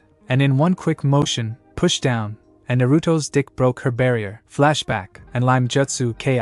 Kushina-chan, wake up, he said, as he started to shake her. She started to lift her head and opened her eyes. Good morning, Naruto-kun, she said before she started to get off of him. She got off the bed and realized, shit, I don't have any clothes. Just then, he heard a knock at the door. Put something of mine on while I go see who it is, Naruto said before he put on a shirt and some pants. He walked out and opened the door. Yes, who is it? Naruto asked. It's me, Kakashi, was the reply. Naruto opened the door and let him in. What are you doing here? He asked. Just wanted to visit. So nice house, Kakashi said casually. Thanks, I'm going to make breakfast. Naruto went to the kitchen and began cooking. Kushina came out of Naruto's room and started to head towards the kitchen. She noticed Kakashi, however, and decided to talk to him. Kakashi, is that you? She asked. He turned his head, and his visible eye widened. Kushina, is that you? He asked, doubting it. Yeah, it's been a while, hasn't it? She said casually. I thought you were dead, he said, dropping his Ika and giving the woman a hug. I was, she said. Kakashi adopted a confused look on his face. Wait, you were?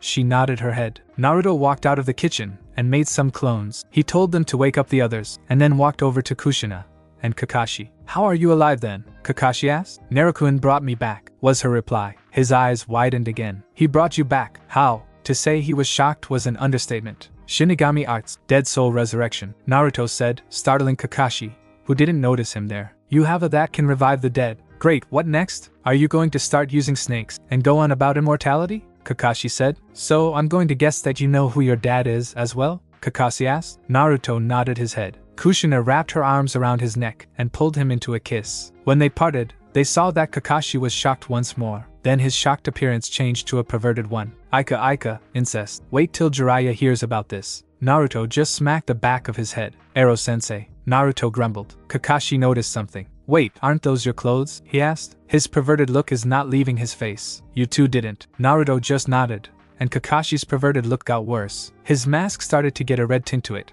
a telltale sign that he had a nosebleed. Just then, Anko, Akiko, Natsumi, and Matsu came out. Good morning, he said. Kakashi looked between Naruto and the girls. Lucky bastard, he grumbled. Who's ready to eat? They all perked up, and Naruto pointed towards the kitchen. Everyone went in and started to eat. 10 minutes later, Naruto clones were cleaning the dishes. Kakashi walked up to Naruto and whispered the question that's been bugging him the entire time. You brought your mother back, but not your father? Naruto just replied. His soul was eaten by Shinigami-sama. Oh, any chance you could teach me that? Kakashi asked. Naruto shook his head. Sorry, it requires a special chakra, Naruto said. He went back into the kitchen and gave all the girls, except Matsu, a kiss. He felt a pull at the back of his mind that meant that Shinigami wanted to meet him. He rolled his eyes and had his nails elongate. He plunged his nails into his throat, effectively killing him. Kakashi and Matsu, being the only two that didn't know, panicked and tried to stop the bleeding. Don't worry, he's just meeting his master, said Natsumi. He just killed himself though, Kakashi said, in limbo. What is it, Shinigami-sama? Naruto asked. Look behind you. Naruto did, as told, and saw his dad there. Hi dad, Naruto said. You know, other fathers might have been pissed to see their kid, and why fuck, but, as long as she is happy, I'm happy. You know, it's only 2 weeks before you're allowed to bring me back, Minato said. Naruto nodded his head. Yeah, so, what are we going to do about this though? Naruto asked. What do you mean? Minato asked. Well, think about it. I'm with her, but you were her husband for years, Naruto said. Minato sighed. I would just remind her of the past. I'm just going to have to move on, was his reply. But know this, you hurt her in any way and, son or not, I will kill you, said Minato. Actually, that would be impossible. I'm immortal, and the only time I do die is to come here to talk to Shinigami-sama.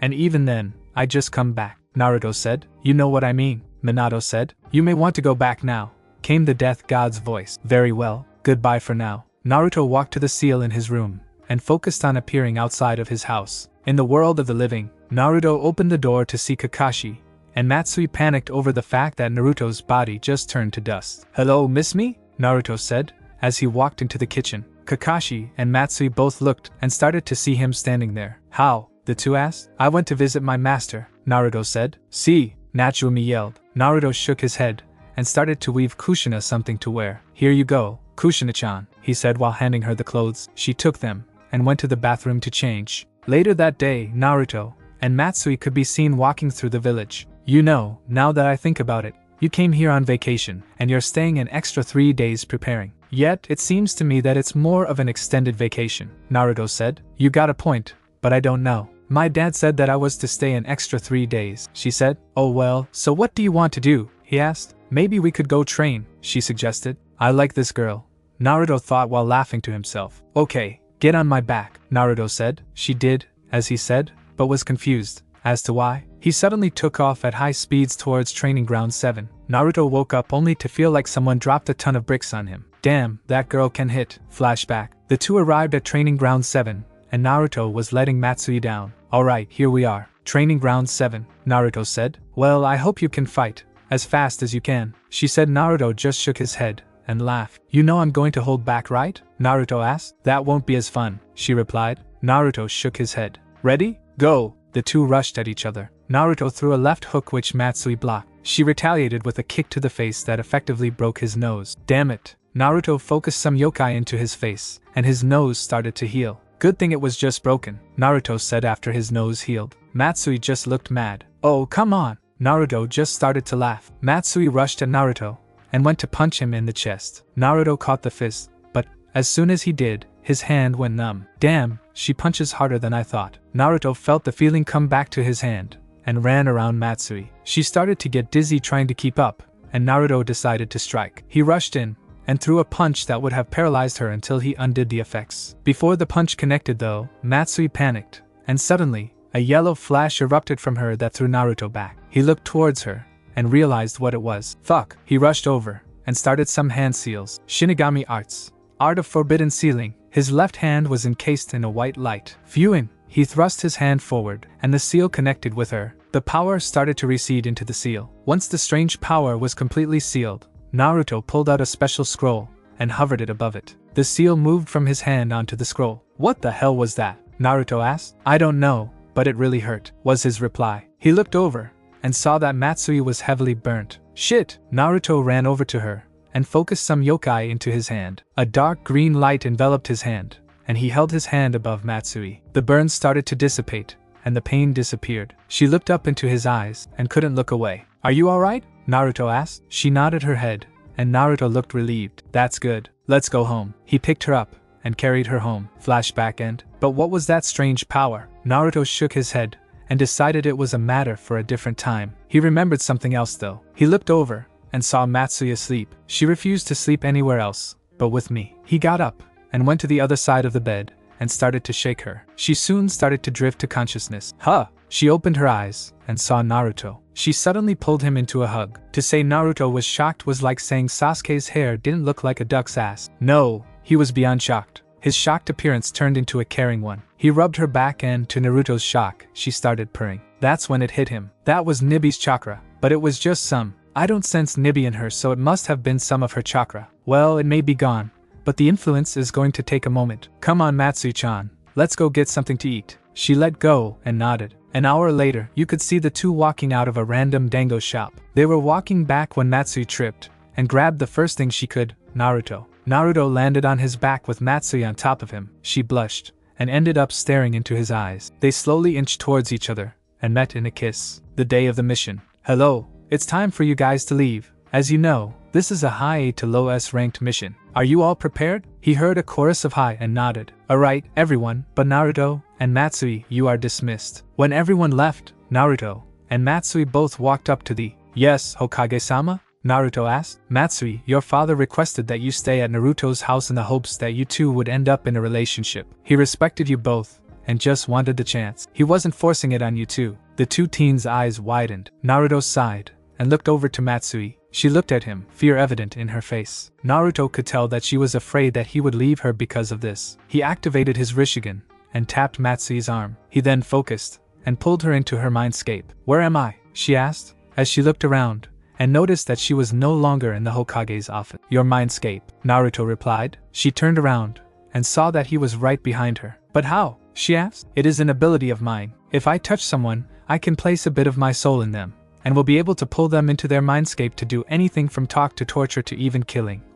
She got the same fearful face that she had in the office, but this time it was worse. "He's going to torture me? Or even kill me?" Naruto noticed this and pulled her into a hug. "I would never hurt you, Matsui-chan, I love you." She returned his hug and started to cry. "I love you too, Naruto-kun."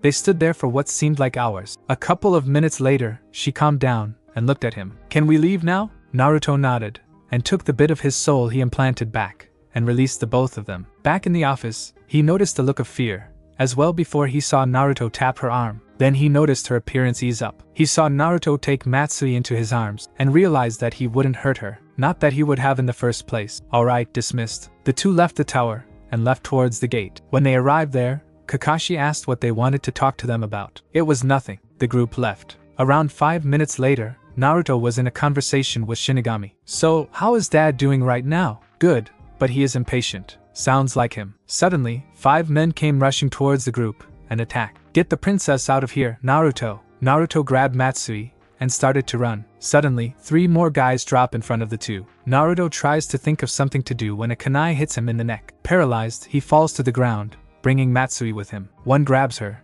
and turns to leave when he gets a sense of dread. He turned around and saw Naruto standing up, red chakra surrounding him, 9 tails swinging wildly behind him, and fox ears. "Put her down."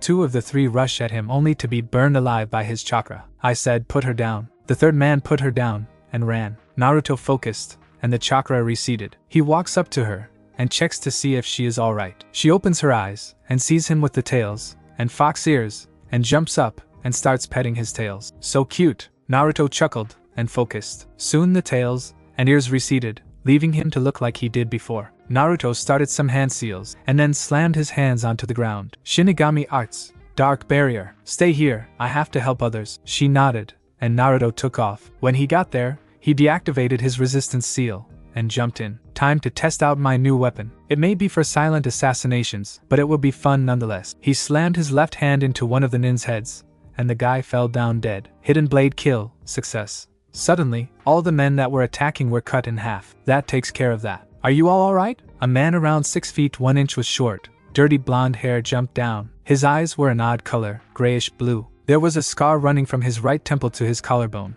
and he seemed to be fast, but pretty big at the same time. "My name is Akumu, and you guys are?" The man now identified as Akumu asked. "Kakashi Hataki, Kurinai Yehi, Anko Midarashi, Naruto Uzumaki." Naruto walked off to get Matsui. "Where are you going?" Kakashi asked. "To get Matsui. Continue. Zabuza Momochi, Haku Momochi, Sasuke Uchiha, Sakura Haruno, Hinata Hyuga, Shino Aburame, Kiba Inuzuka." "Okay, we're back," Naruto said, as he walked up with Matsui. "Hello, I am Matsui Amura." "Hey Akumu, how did you kill those guys?" "I didn't see a blade, and there wasn't a change in the wind," Naruto asked. "It's my bloodline. It lets me use my chakra as a weapon, from blades to hammers, and other things. It also lets me regain my chakra faster," Akumu said. "What are you doing here, Akumu-san?" Kakashi asked. "Just traveling. My village was destroyed a couple of years ago." Akumu looked down at this. "Well, feel free to come with us," Naruto offered. "No, it's alright," he replied. "I insist," Naruto said. Akumu sighed. "Fine, so where you guys going?" he asked. 3 hours later, the group was setting up camp. They each agreed to sharing tents. Naruto and Haku,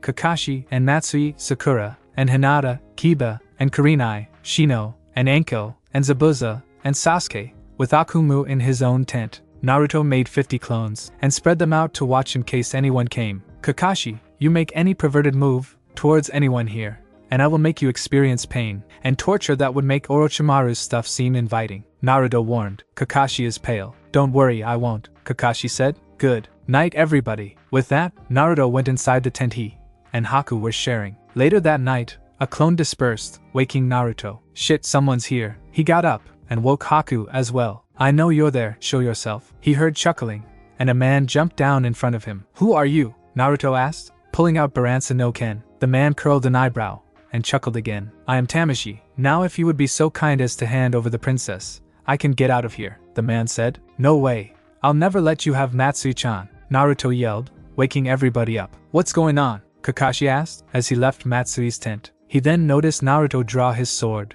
and run at a hooded figure. The man raised his arm, and the sword bounced off. Would you please just stand down? I would hate to have to kill you. Naruto smirked at this. You can't kill me, I'm immortal, Naruto said before he noticed something odd. He wasn't hitting metal, it was the guy's arm. Naruto jumped away and focused. Soon, he was able to see the souls of everyone nearby, except Tamashi's. Naruto's eyes widened. It's ironic. Your name means soul yet you have no soul, Naruto said. The man smirked. So you have a heightened spiritual awareness, and with the Baransa no Ken, that is a deadly combo. Good thing I have no soul, Tamashi said. Everyone looked at either Naruto or Tamashi. No one heard the statement about Naruto being immortal. Naruto activated his soul guards and rushed again, but his attack was blocked the same way as last time. How? My soul guards cut through anything? Naruto asked. Let me explain. During the Kyuubi's attack on Konoha, I was in the forest. I felt a wave of yokai, and then I saw this purple, almost black, chakra appear in this rift. I walked over, and it rushed at me. I felt intense pain, then power. Later on, someone tried to kill me only for time to stop. I noticed my right arm was covered in black flames. I soon realized that I had stopped time. I killed the man,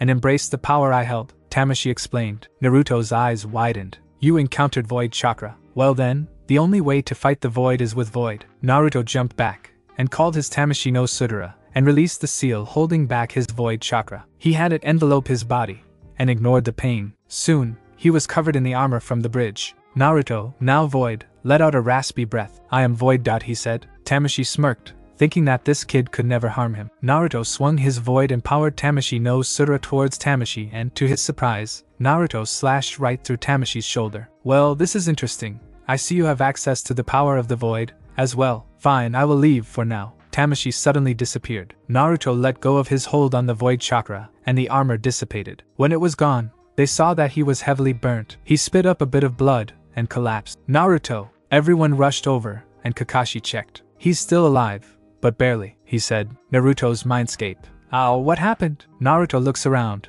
and notices that he is in his mindscape. Shinigami suddenly appears in front of him. Shinigami-sama, what are you doing here? And what happened? Naruto asked. I'm here to make sure you survive. You remember what happens when you die after using void chakra. It takes a week just to come back. If it wasn't for the fact that it makes you mortal, it wouldn't be a problem. As for what happened, with him having access to the void chakra, as well, your void, and his was too much, and did twice as much damage than normal. The damage nearly killed you. Now it's time to wake up, Shinigami explained. Naruto nodded before he pushed himself out. Naruto woke up to find himself laying in a bed. He looked around, and noticed that he was in a hotel. He looked to his left, and saw Matsu in the chair, asleep. He looked to his right, and saw Haku in another chair, asleep. Was Haku worried too? He stands up, and shakes both Matsui and Haku awake. Next thing he knew, he was glommed by the two. Not again, he sneezed out. The two let go, and apologized. How long have I been out? He asked. Just 1 day, Haku said. Naruto was surprised. He shook his head. Well, where are we exactly? He asked again. A small trading town, a mile from the campsite was, Matsui said. Naruto nodded. Are you both okay? Naruto asked. The two nodded. Well, I'm not restricted to this room, am I? They shook their heads. Well then, let's go get something to eat. The three left the room only to run into Kurinai. Naruto? How? She asked. How what? Naruto replied. How are you? Your entire body was severely burnt. You were barely alive too, she said. Naruto grinned. I have insane healing, he replied. Well, we were going to get something to eat. Want to join us? Naruto offered. She thought about it for a moment before deciding. Okay, why not? The group left the hotel, and were walking down the streets. I remember this place. I know a good place, Naruto said. How can you know this place? You would have left the village, and someone would have noticed you just disappearing. Kurinai asked. I wasn't even at the village for the last 3 years of the academy, Naruto said. But you were at the academy. What do you mean you weren't there for the last 3 years? Kurinai asked, even more confused. Well, I was going to visit, but he wasn't there. I waited in his office for a bit before I got bored. I saw this big scroll, and opened it. In the scroll were the instructions for the Kagebunshin. I went into the forest, and practiced for an hour before I got it, and then I thought of something. If I could load it with enough chakra, it could take my place. So I filled it with almost all my chakra, leaving only enough for me to survive, and left. Naruto took a deep breath after he finished saying that. Wow, wait, then why did you steal the forbidden scroll? Kurenai asked. Because I made the clone while I was still here. It didn't learn as much as me, so it actually believed in Mizuki, Naruto answered. Matsui and Haku didn't understand all of it, but they decided not to ask. Here we are, I tell you, the food at this place is amazing. The three walked into the restaurant. 30 minutes later, the four walked out. Wow, you weren't kidding, that place was good, Kurenai said. Not as good as Naruto-kun's cooking, Matsui said. You can cook? Haku asked. Naruto nodded. His food is amazing. Matsui complimented. I'm not that good, Naruto said, being modest. Anyways, any suggestions on what we can do now? When everyone shook their heads, Naruto started to think. Suddenly, he got an idea. He created 2 clones. The original picked Matsui up onto his back, and the clones picked the others up. Hold on. Naruto and his clones started running, and 3 minutes later, they appeared in a field filled with flowers. It's beautiful, Matsui said. Kurenai and Haku agreed. While I was visiting this town, I found this place, and would come here to think, Naruto said, as he let Matsui down. The clones did the same before they dispelled. They all lay down on the grass, and watched the sun set. Soon, they all fell asleep. Naruto was waking up when he noticed something. For 1, someone was laying on top of him. 2, there was a draft. And 3, he was awake. He opened his eyes to see Kurenai lying on top of him. Wah! He suddenly remembered the events from yesterday. He stroked Kurenai's hair, and nudged her. Her eyes fluttered open, and she saw what she was laying on. She blushed, and got off of him. Naruto chuckled. Were you comfortable? He asked. She nodded slightly. Naruto chuckled to himself. Naruto stood up, and walked over to Matsui, and was about to shake her awake when she mumbled something in her sleep. Ooh yes, Naruto-kun, deeper. Oh yes, it feels so good. Yes, yes, yes, Naruto-ken. She suddenly jerked upright, and hit Naruto straight in the nose. After she completely woke up, she realized what she had done, and walked over to him, and started to apologize. He said it was alright, and started to chuckle. Have a good dream, Matsui-chan? Naruto teased. She realized that she was talking in her sleep, and blushed. Naruto just started to chuckle even louder. All of the commotion woke Haku up. Well, Haku's up now, so let's go, Naruto said. He created 2 clones again, and had them carry them once more. They made it back to the hotel to notice Kakashi standing in front of the door. Have a good night, you 4? He asked. Naruto nodded before letting Matsui down. The clones did the same, and dispersed. Naruto looked through the memories, and realized that Kurenai snuggled up to the clone that carried her. He swung his arm around her neck. Do you like me or something? While we are asleep, you crawl on top of me, and while my clone was carrying you, you snuggled into its back. So do you? He asked. No, Kurenai, at this point, had a blush that would put Hinata to shame. Naruto shook his head. Naruto-kun, stop teasing her. Although, you don't have to be afraid to admit it, Matsui said. Later that day, the giant group were heading out to continue the mission. If we encounter Tamashi again, leave him to me, Kakashi said. Naruto shook his head. Kakashi, you wouldn't be able to harm him. I'm the only one that can fight him. Not even your Raikiri would harm him, Naruto said. And how would you know this? Kakashi asked. Because he is being protected by Void Chakra, and only someone with Void Chakra can harm him, Naruto said. Kakashi's eyes widened. Then he nodded his head. In an unknown place. Well, they are on the move once more. Her power will be mine, Tamashi yelled. Back with the group. Naruto was talking with Matsui when he felt something was off. Suddenly, he felt Tamashi's presence. He undid the seal holding back his Void Chakra, and prepared for the attack. Soon, Tamashi dropped in front of them. Tamashi, what do you want with Matsui-chan? Naruto asked. Tired of this guy. I can tell it's not because of who she is. I want the power housed inside of her. That's all. Naruto realized what he was talking about, and smirked. Ah, that? It is no longer inside of her. I have sealed it away inside of a special place only I can access, Naruto said. Tamashi frowned. You're not going to give it to me either, will you? Naruto shook his head. Fine, I'll leave for now. It would be a waste of time to do anything for now. Tamashi suddenly disappeared. Let's continue, shall we? Naruto said. The group continued. They eventually made it to the destination, and Matsui got a sad look on her face. Naruto too. The fire daimyo walked up to the group. Thank you very much for making sure my daughter made it home safe and sound. What's wrong, darling? He asked after he noticed that his daughter was upset. I'm just a little upset about having to leave Naruto-kun, she said. The daimyo realized that his plan worked, and smiled. He made a decision that would really hurt. Why don't you go back then? What kind of father would I be if I kept you from the one you loved? He said. Both Naruto and Matsui looked up, hope evident in their eyes. The daimyo nodded once more before waving the group off. Naruto, I got some bad news. You know how if you die after using Void Chakra, you are stuck here in limbo for a couple of weeks. But if you die in Void mode, your soul will be destroyed. If it wasn't for me, you would have been destroyed. What? Damn it. I'll have to avoid that then. Suddenly, Tamashi jumped in front of Naruto and sent a wave of void chakra towards him. Naruto dodged and released his void chakra. "I am void," he yelled. Tamashi sent wave after wave of void chakra towards Naruto, hoping to keep him from cutting him like last time. "You will not get that power," Naruto yelled. "Who's going to stop me?" Naruto released his void form, knowing that if he held it longer, he would be screwed. He focused his Shinigami chakra through his body before he noticed something different. "Naruto, you finally did it. You unlocked your Shinigami form," Shinigami announced proudly. Naruto nodded before embracing the new power flowing through his veins. His form soon started to change. His hair turned pitch black, and his clothes changed to a black robe. A giant scythe appeared in his hand,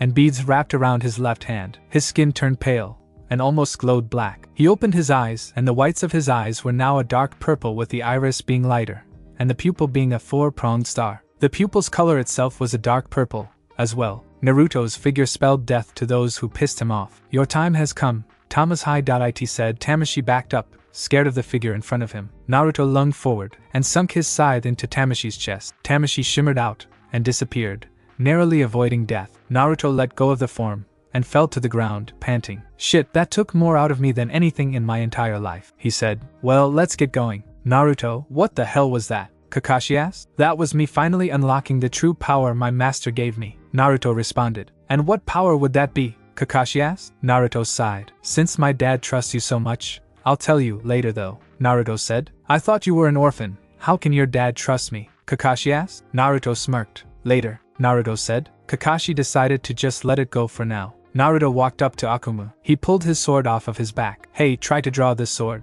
Akumu nodded, confused at the request, and grasped the hilt. He pulled, and the sword eased out. Naruto's eyes widened. "Akumu, this sword can only be drawn by a Namikaze." Akumu's eyes widened as well. "That means, but how?" Naruto shook his head. "I don't know, but it means we are in the same clan. Although I suggest you don't let anybody know, unless you're alright with being in the Clan Restoration Act." Akumu paled. "Hell no, not happening," Akumu said. "Don't worry, your secret is safe. I'm already stuck in it though, so it won't do me any good. And with my bloodline." Akumu nodded, understanding. "Wait, I have a bloodline," Akumu said. Naruto started to laugh. "Keep that a secret too then," Naruto said, with Tamashi. "Damn, I'll kill that brat even if it's the last thing I do." A dark light started to swirl around Tamashi before entering his body. With the group finally made it back to the small town that they stayed at the night before. Later that night, Kakashi pulled Naruto into the room he and Zabuza were sharing. "Alright, talk." Naruto sighed, but complied. "I'll give you a hint. My father's hair is blonde, and lives in the leaf. He is a great shinobi," Naruto said. Kakashi's eyes widened. "Inoichi? I didn't know he had a son." Naruto's sweat dropped at that. "I forgot about him. No, not Inoichi." Kakashi looked confused. "My full name is Naruto Uzumaki Namikaze." Then it hit him. "It can't be. How could that be possible?" Kakashi said. Naruto took the sword that was on his back and handed it to Kakashi. "Take a close look at it." Kakashi did just that, and realized what the blade was. "This is the Namikaze clan blade." Sensei said only a Namikaze could draw it. Kakashi said the last part to himself. Naruto took the sword back from him and drew it. At this point, Kakashi realized that his sensei's legacy lived on. "Now, before I tell you the rest, I will warn you that if you tell anybody without my permission, I will kill you nice and slowly. Understand?" Kakashi nodded. "Let me start with how it started." Naruto told Kakashi everything, again, leaving out some details. Kakashi was pale by the time Naruto was finished. "Damn, I need a drink," he said. Naruto opened up his little sealing realm and pulled out a bottle of sake. He threw it over to Kakashi. Naruto then left the room and went to the room he shared with Sasuke, and he laid down and went to sleep. The next day, he woke up Sasuke, and Shadow walked him to a clearing nearby. "What the hell? Why did you bring me here?" Sasuke asked. Naruto pulled out a letter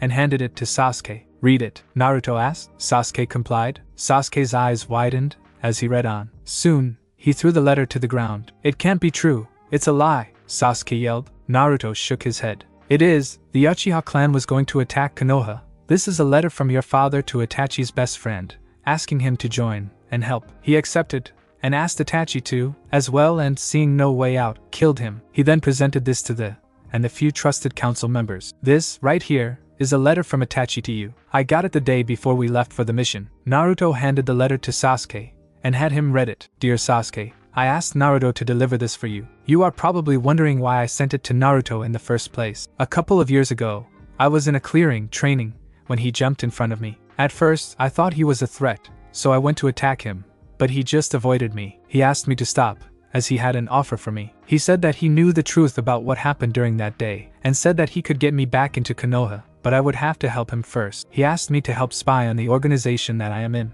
I accepted, and asked him how he would do it. He just replied, "I have my ways," and walked away. Now, I sent this to Naruto along with another one asking him to give it to you, and to tell you the truth. Sasuke, do not embrace anger. It is not the way to power. The only way to get truly strong is when you have someone to fight for. All this time, I've been fighting for you. I hope that you will not make any mistakes with your life. Love, Itachi Uchiha. Sasuke knew it was the truth. He knew his brother's handwriting all too well, and could tell this wasn't a forgery. He dropped to his hands and knees and cried. Naruto walked over to him and sat beside him. Sasuke, I'm willing to train you some, but you will not be able to use the Sharingan except for when I'm helping you master it, Naruto said. Do you accept it? Sasuke thought about it for a moment before he nodded. The next day, everybody was setting out. Anko walked up to Naruto. Kurenai likes you, she said bluntly. Naruto nearly tripped. What? He said, as he regained his balance. She likes you, but she just won't make the first move, she said. Naruto sighed. The group continued walking for a while before Naruto felt Tamashi once more. Tamashi jumped down out of the trees,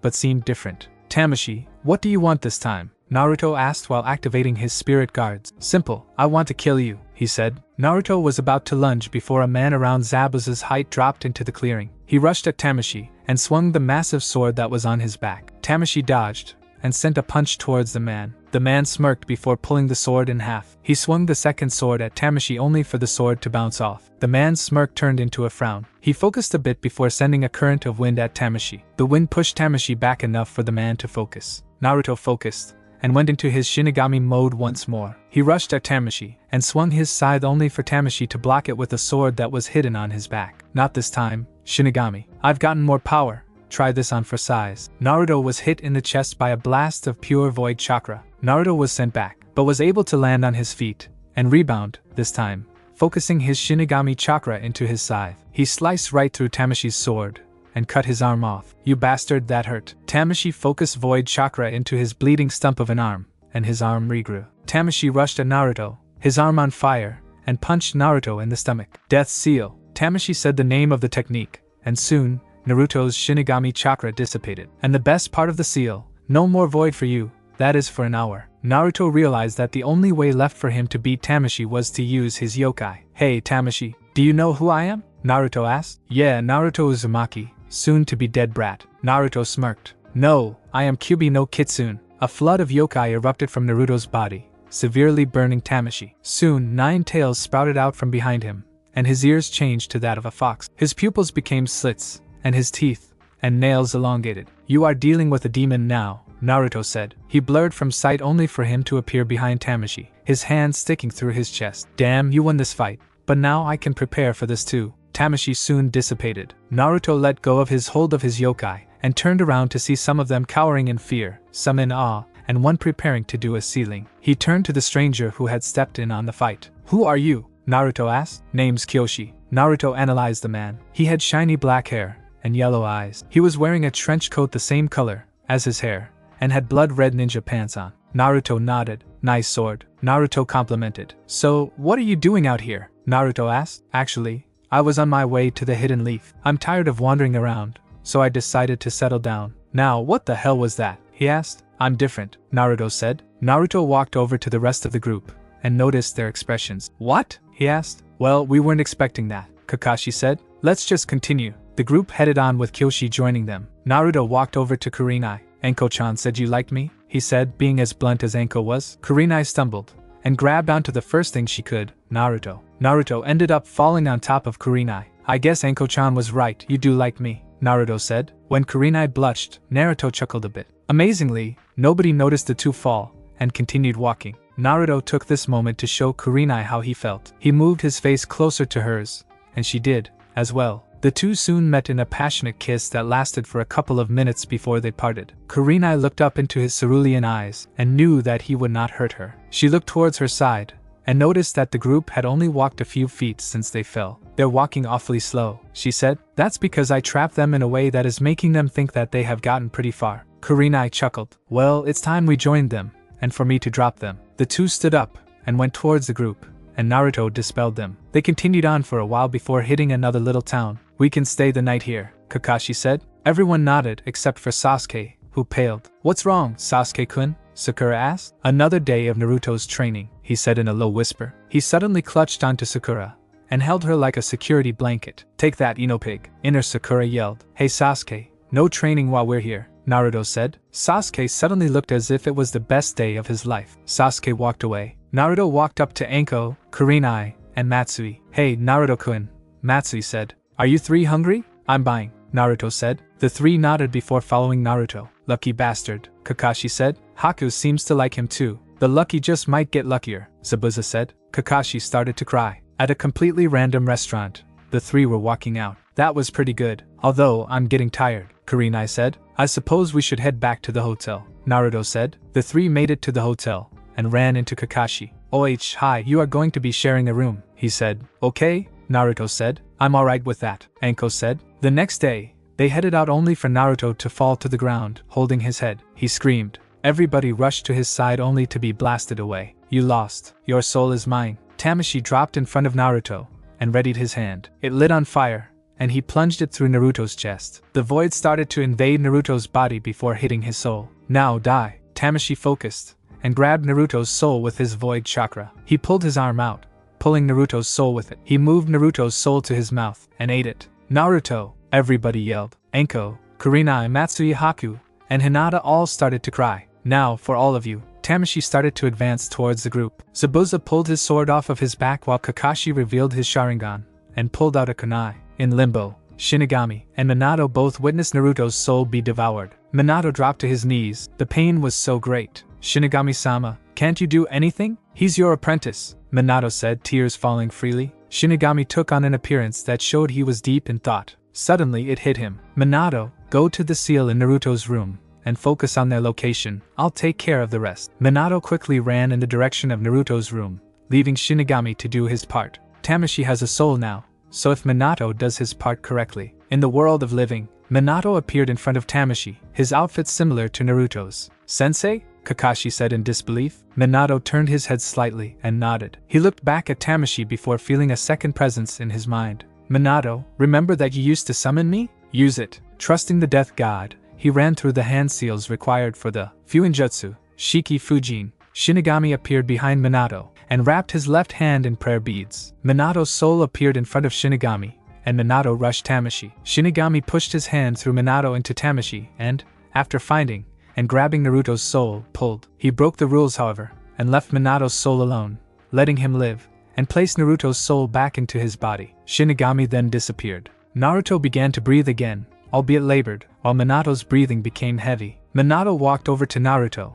and picked him up. He focused some right-un chakra into his fingers and poked Naruto's forehead, waking him up. Naruto slowly opened his eyes and saw his father holding him. He remembered what happened and jumped out and saw Tamashi on his knees. Damn you, Namikaze, he said before leaving once more. Naruto relaxed and looked at his father and noticed something. Wow, that doesn't work with you. Stick to your normal outfit, Naruto said. Minato laughed a bit at this, and Kurinai, Anko, Haku, and Matsui looked up. Hinata was in Kiba's arms, asleep. Next thing he knew, he was fighting just to breathe. The three women had jumped on him, and were taking away his access to oxygen. Ladies, you're killing him, Minato said. They let go, and stood up, tears still in their eyes. Hello, what the fuck is going on here? Zabuza asked. Minato turned around, and looked at Zabuza. And who are you? I'm Minato Namikaze, he said. Zabuza started to think of where he heard the name, but just couldn't remember. Now, let's get going. I'd say we could make it back to Konoha by tomorrow, Minato said. He reached into his pocket,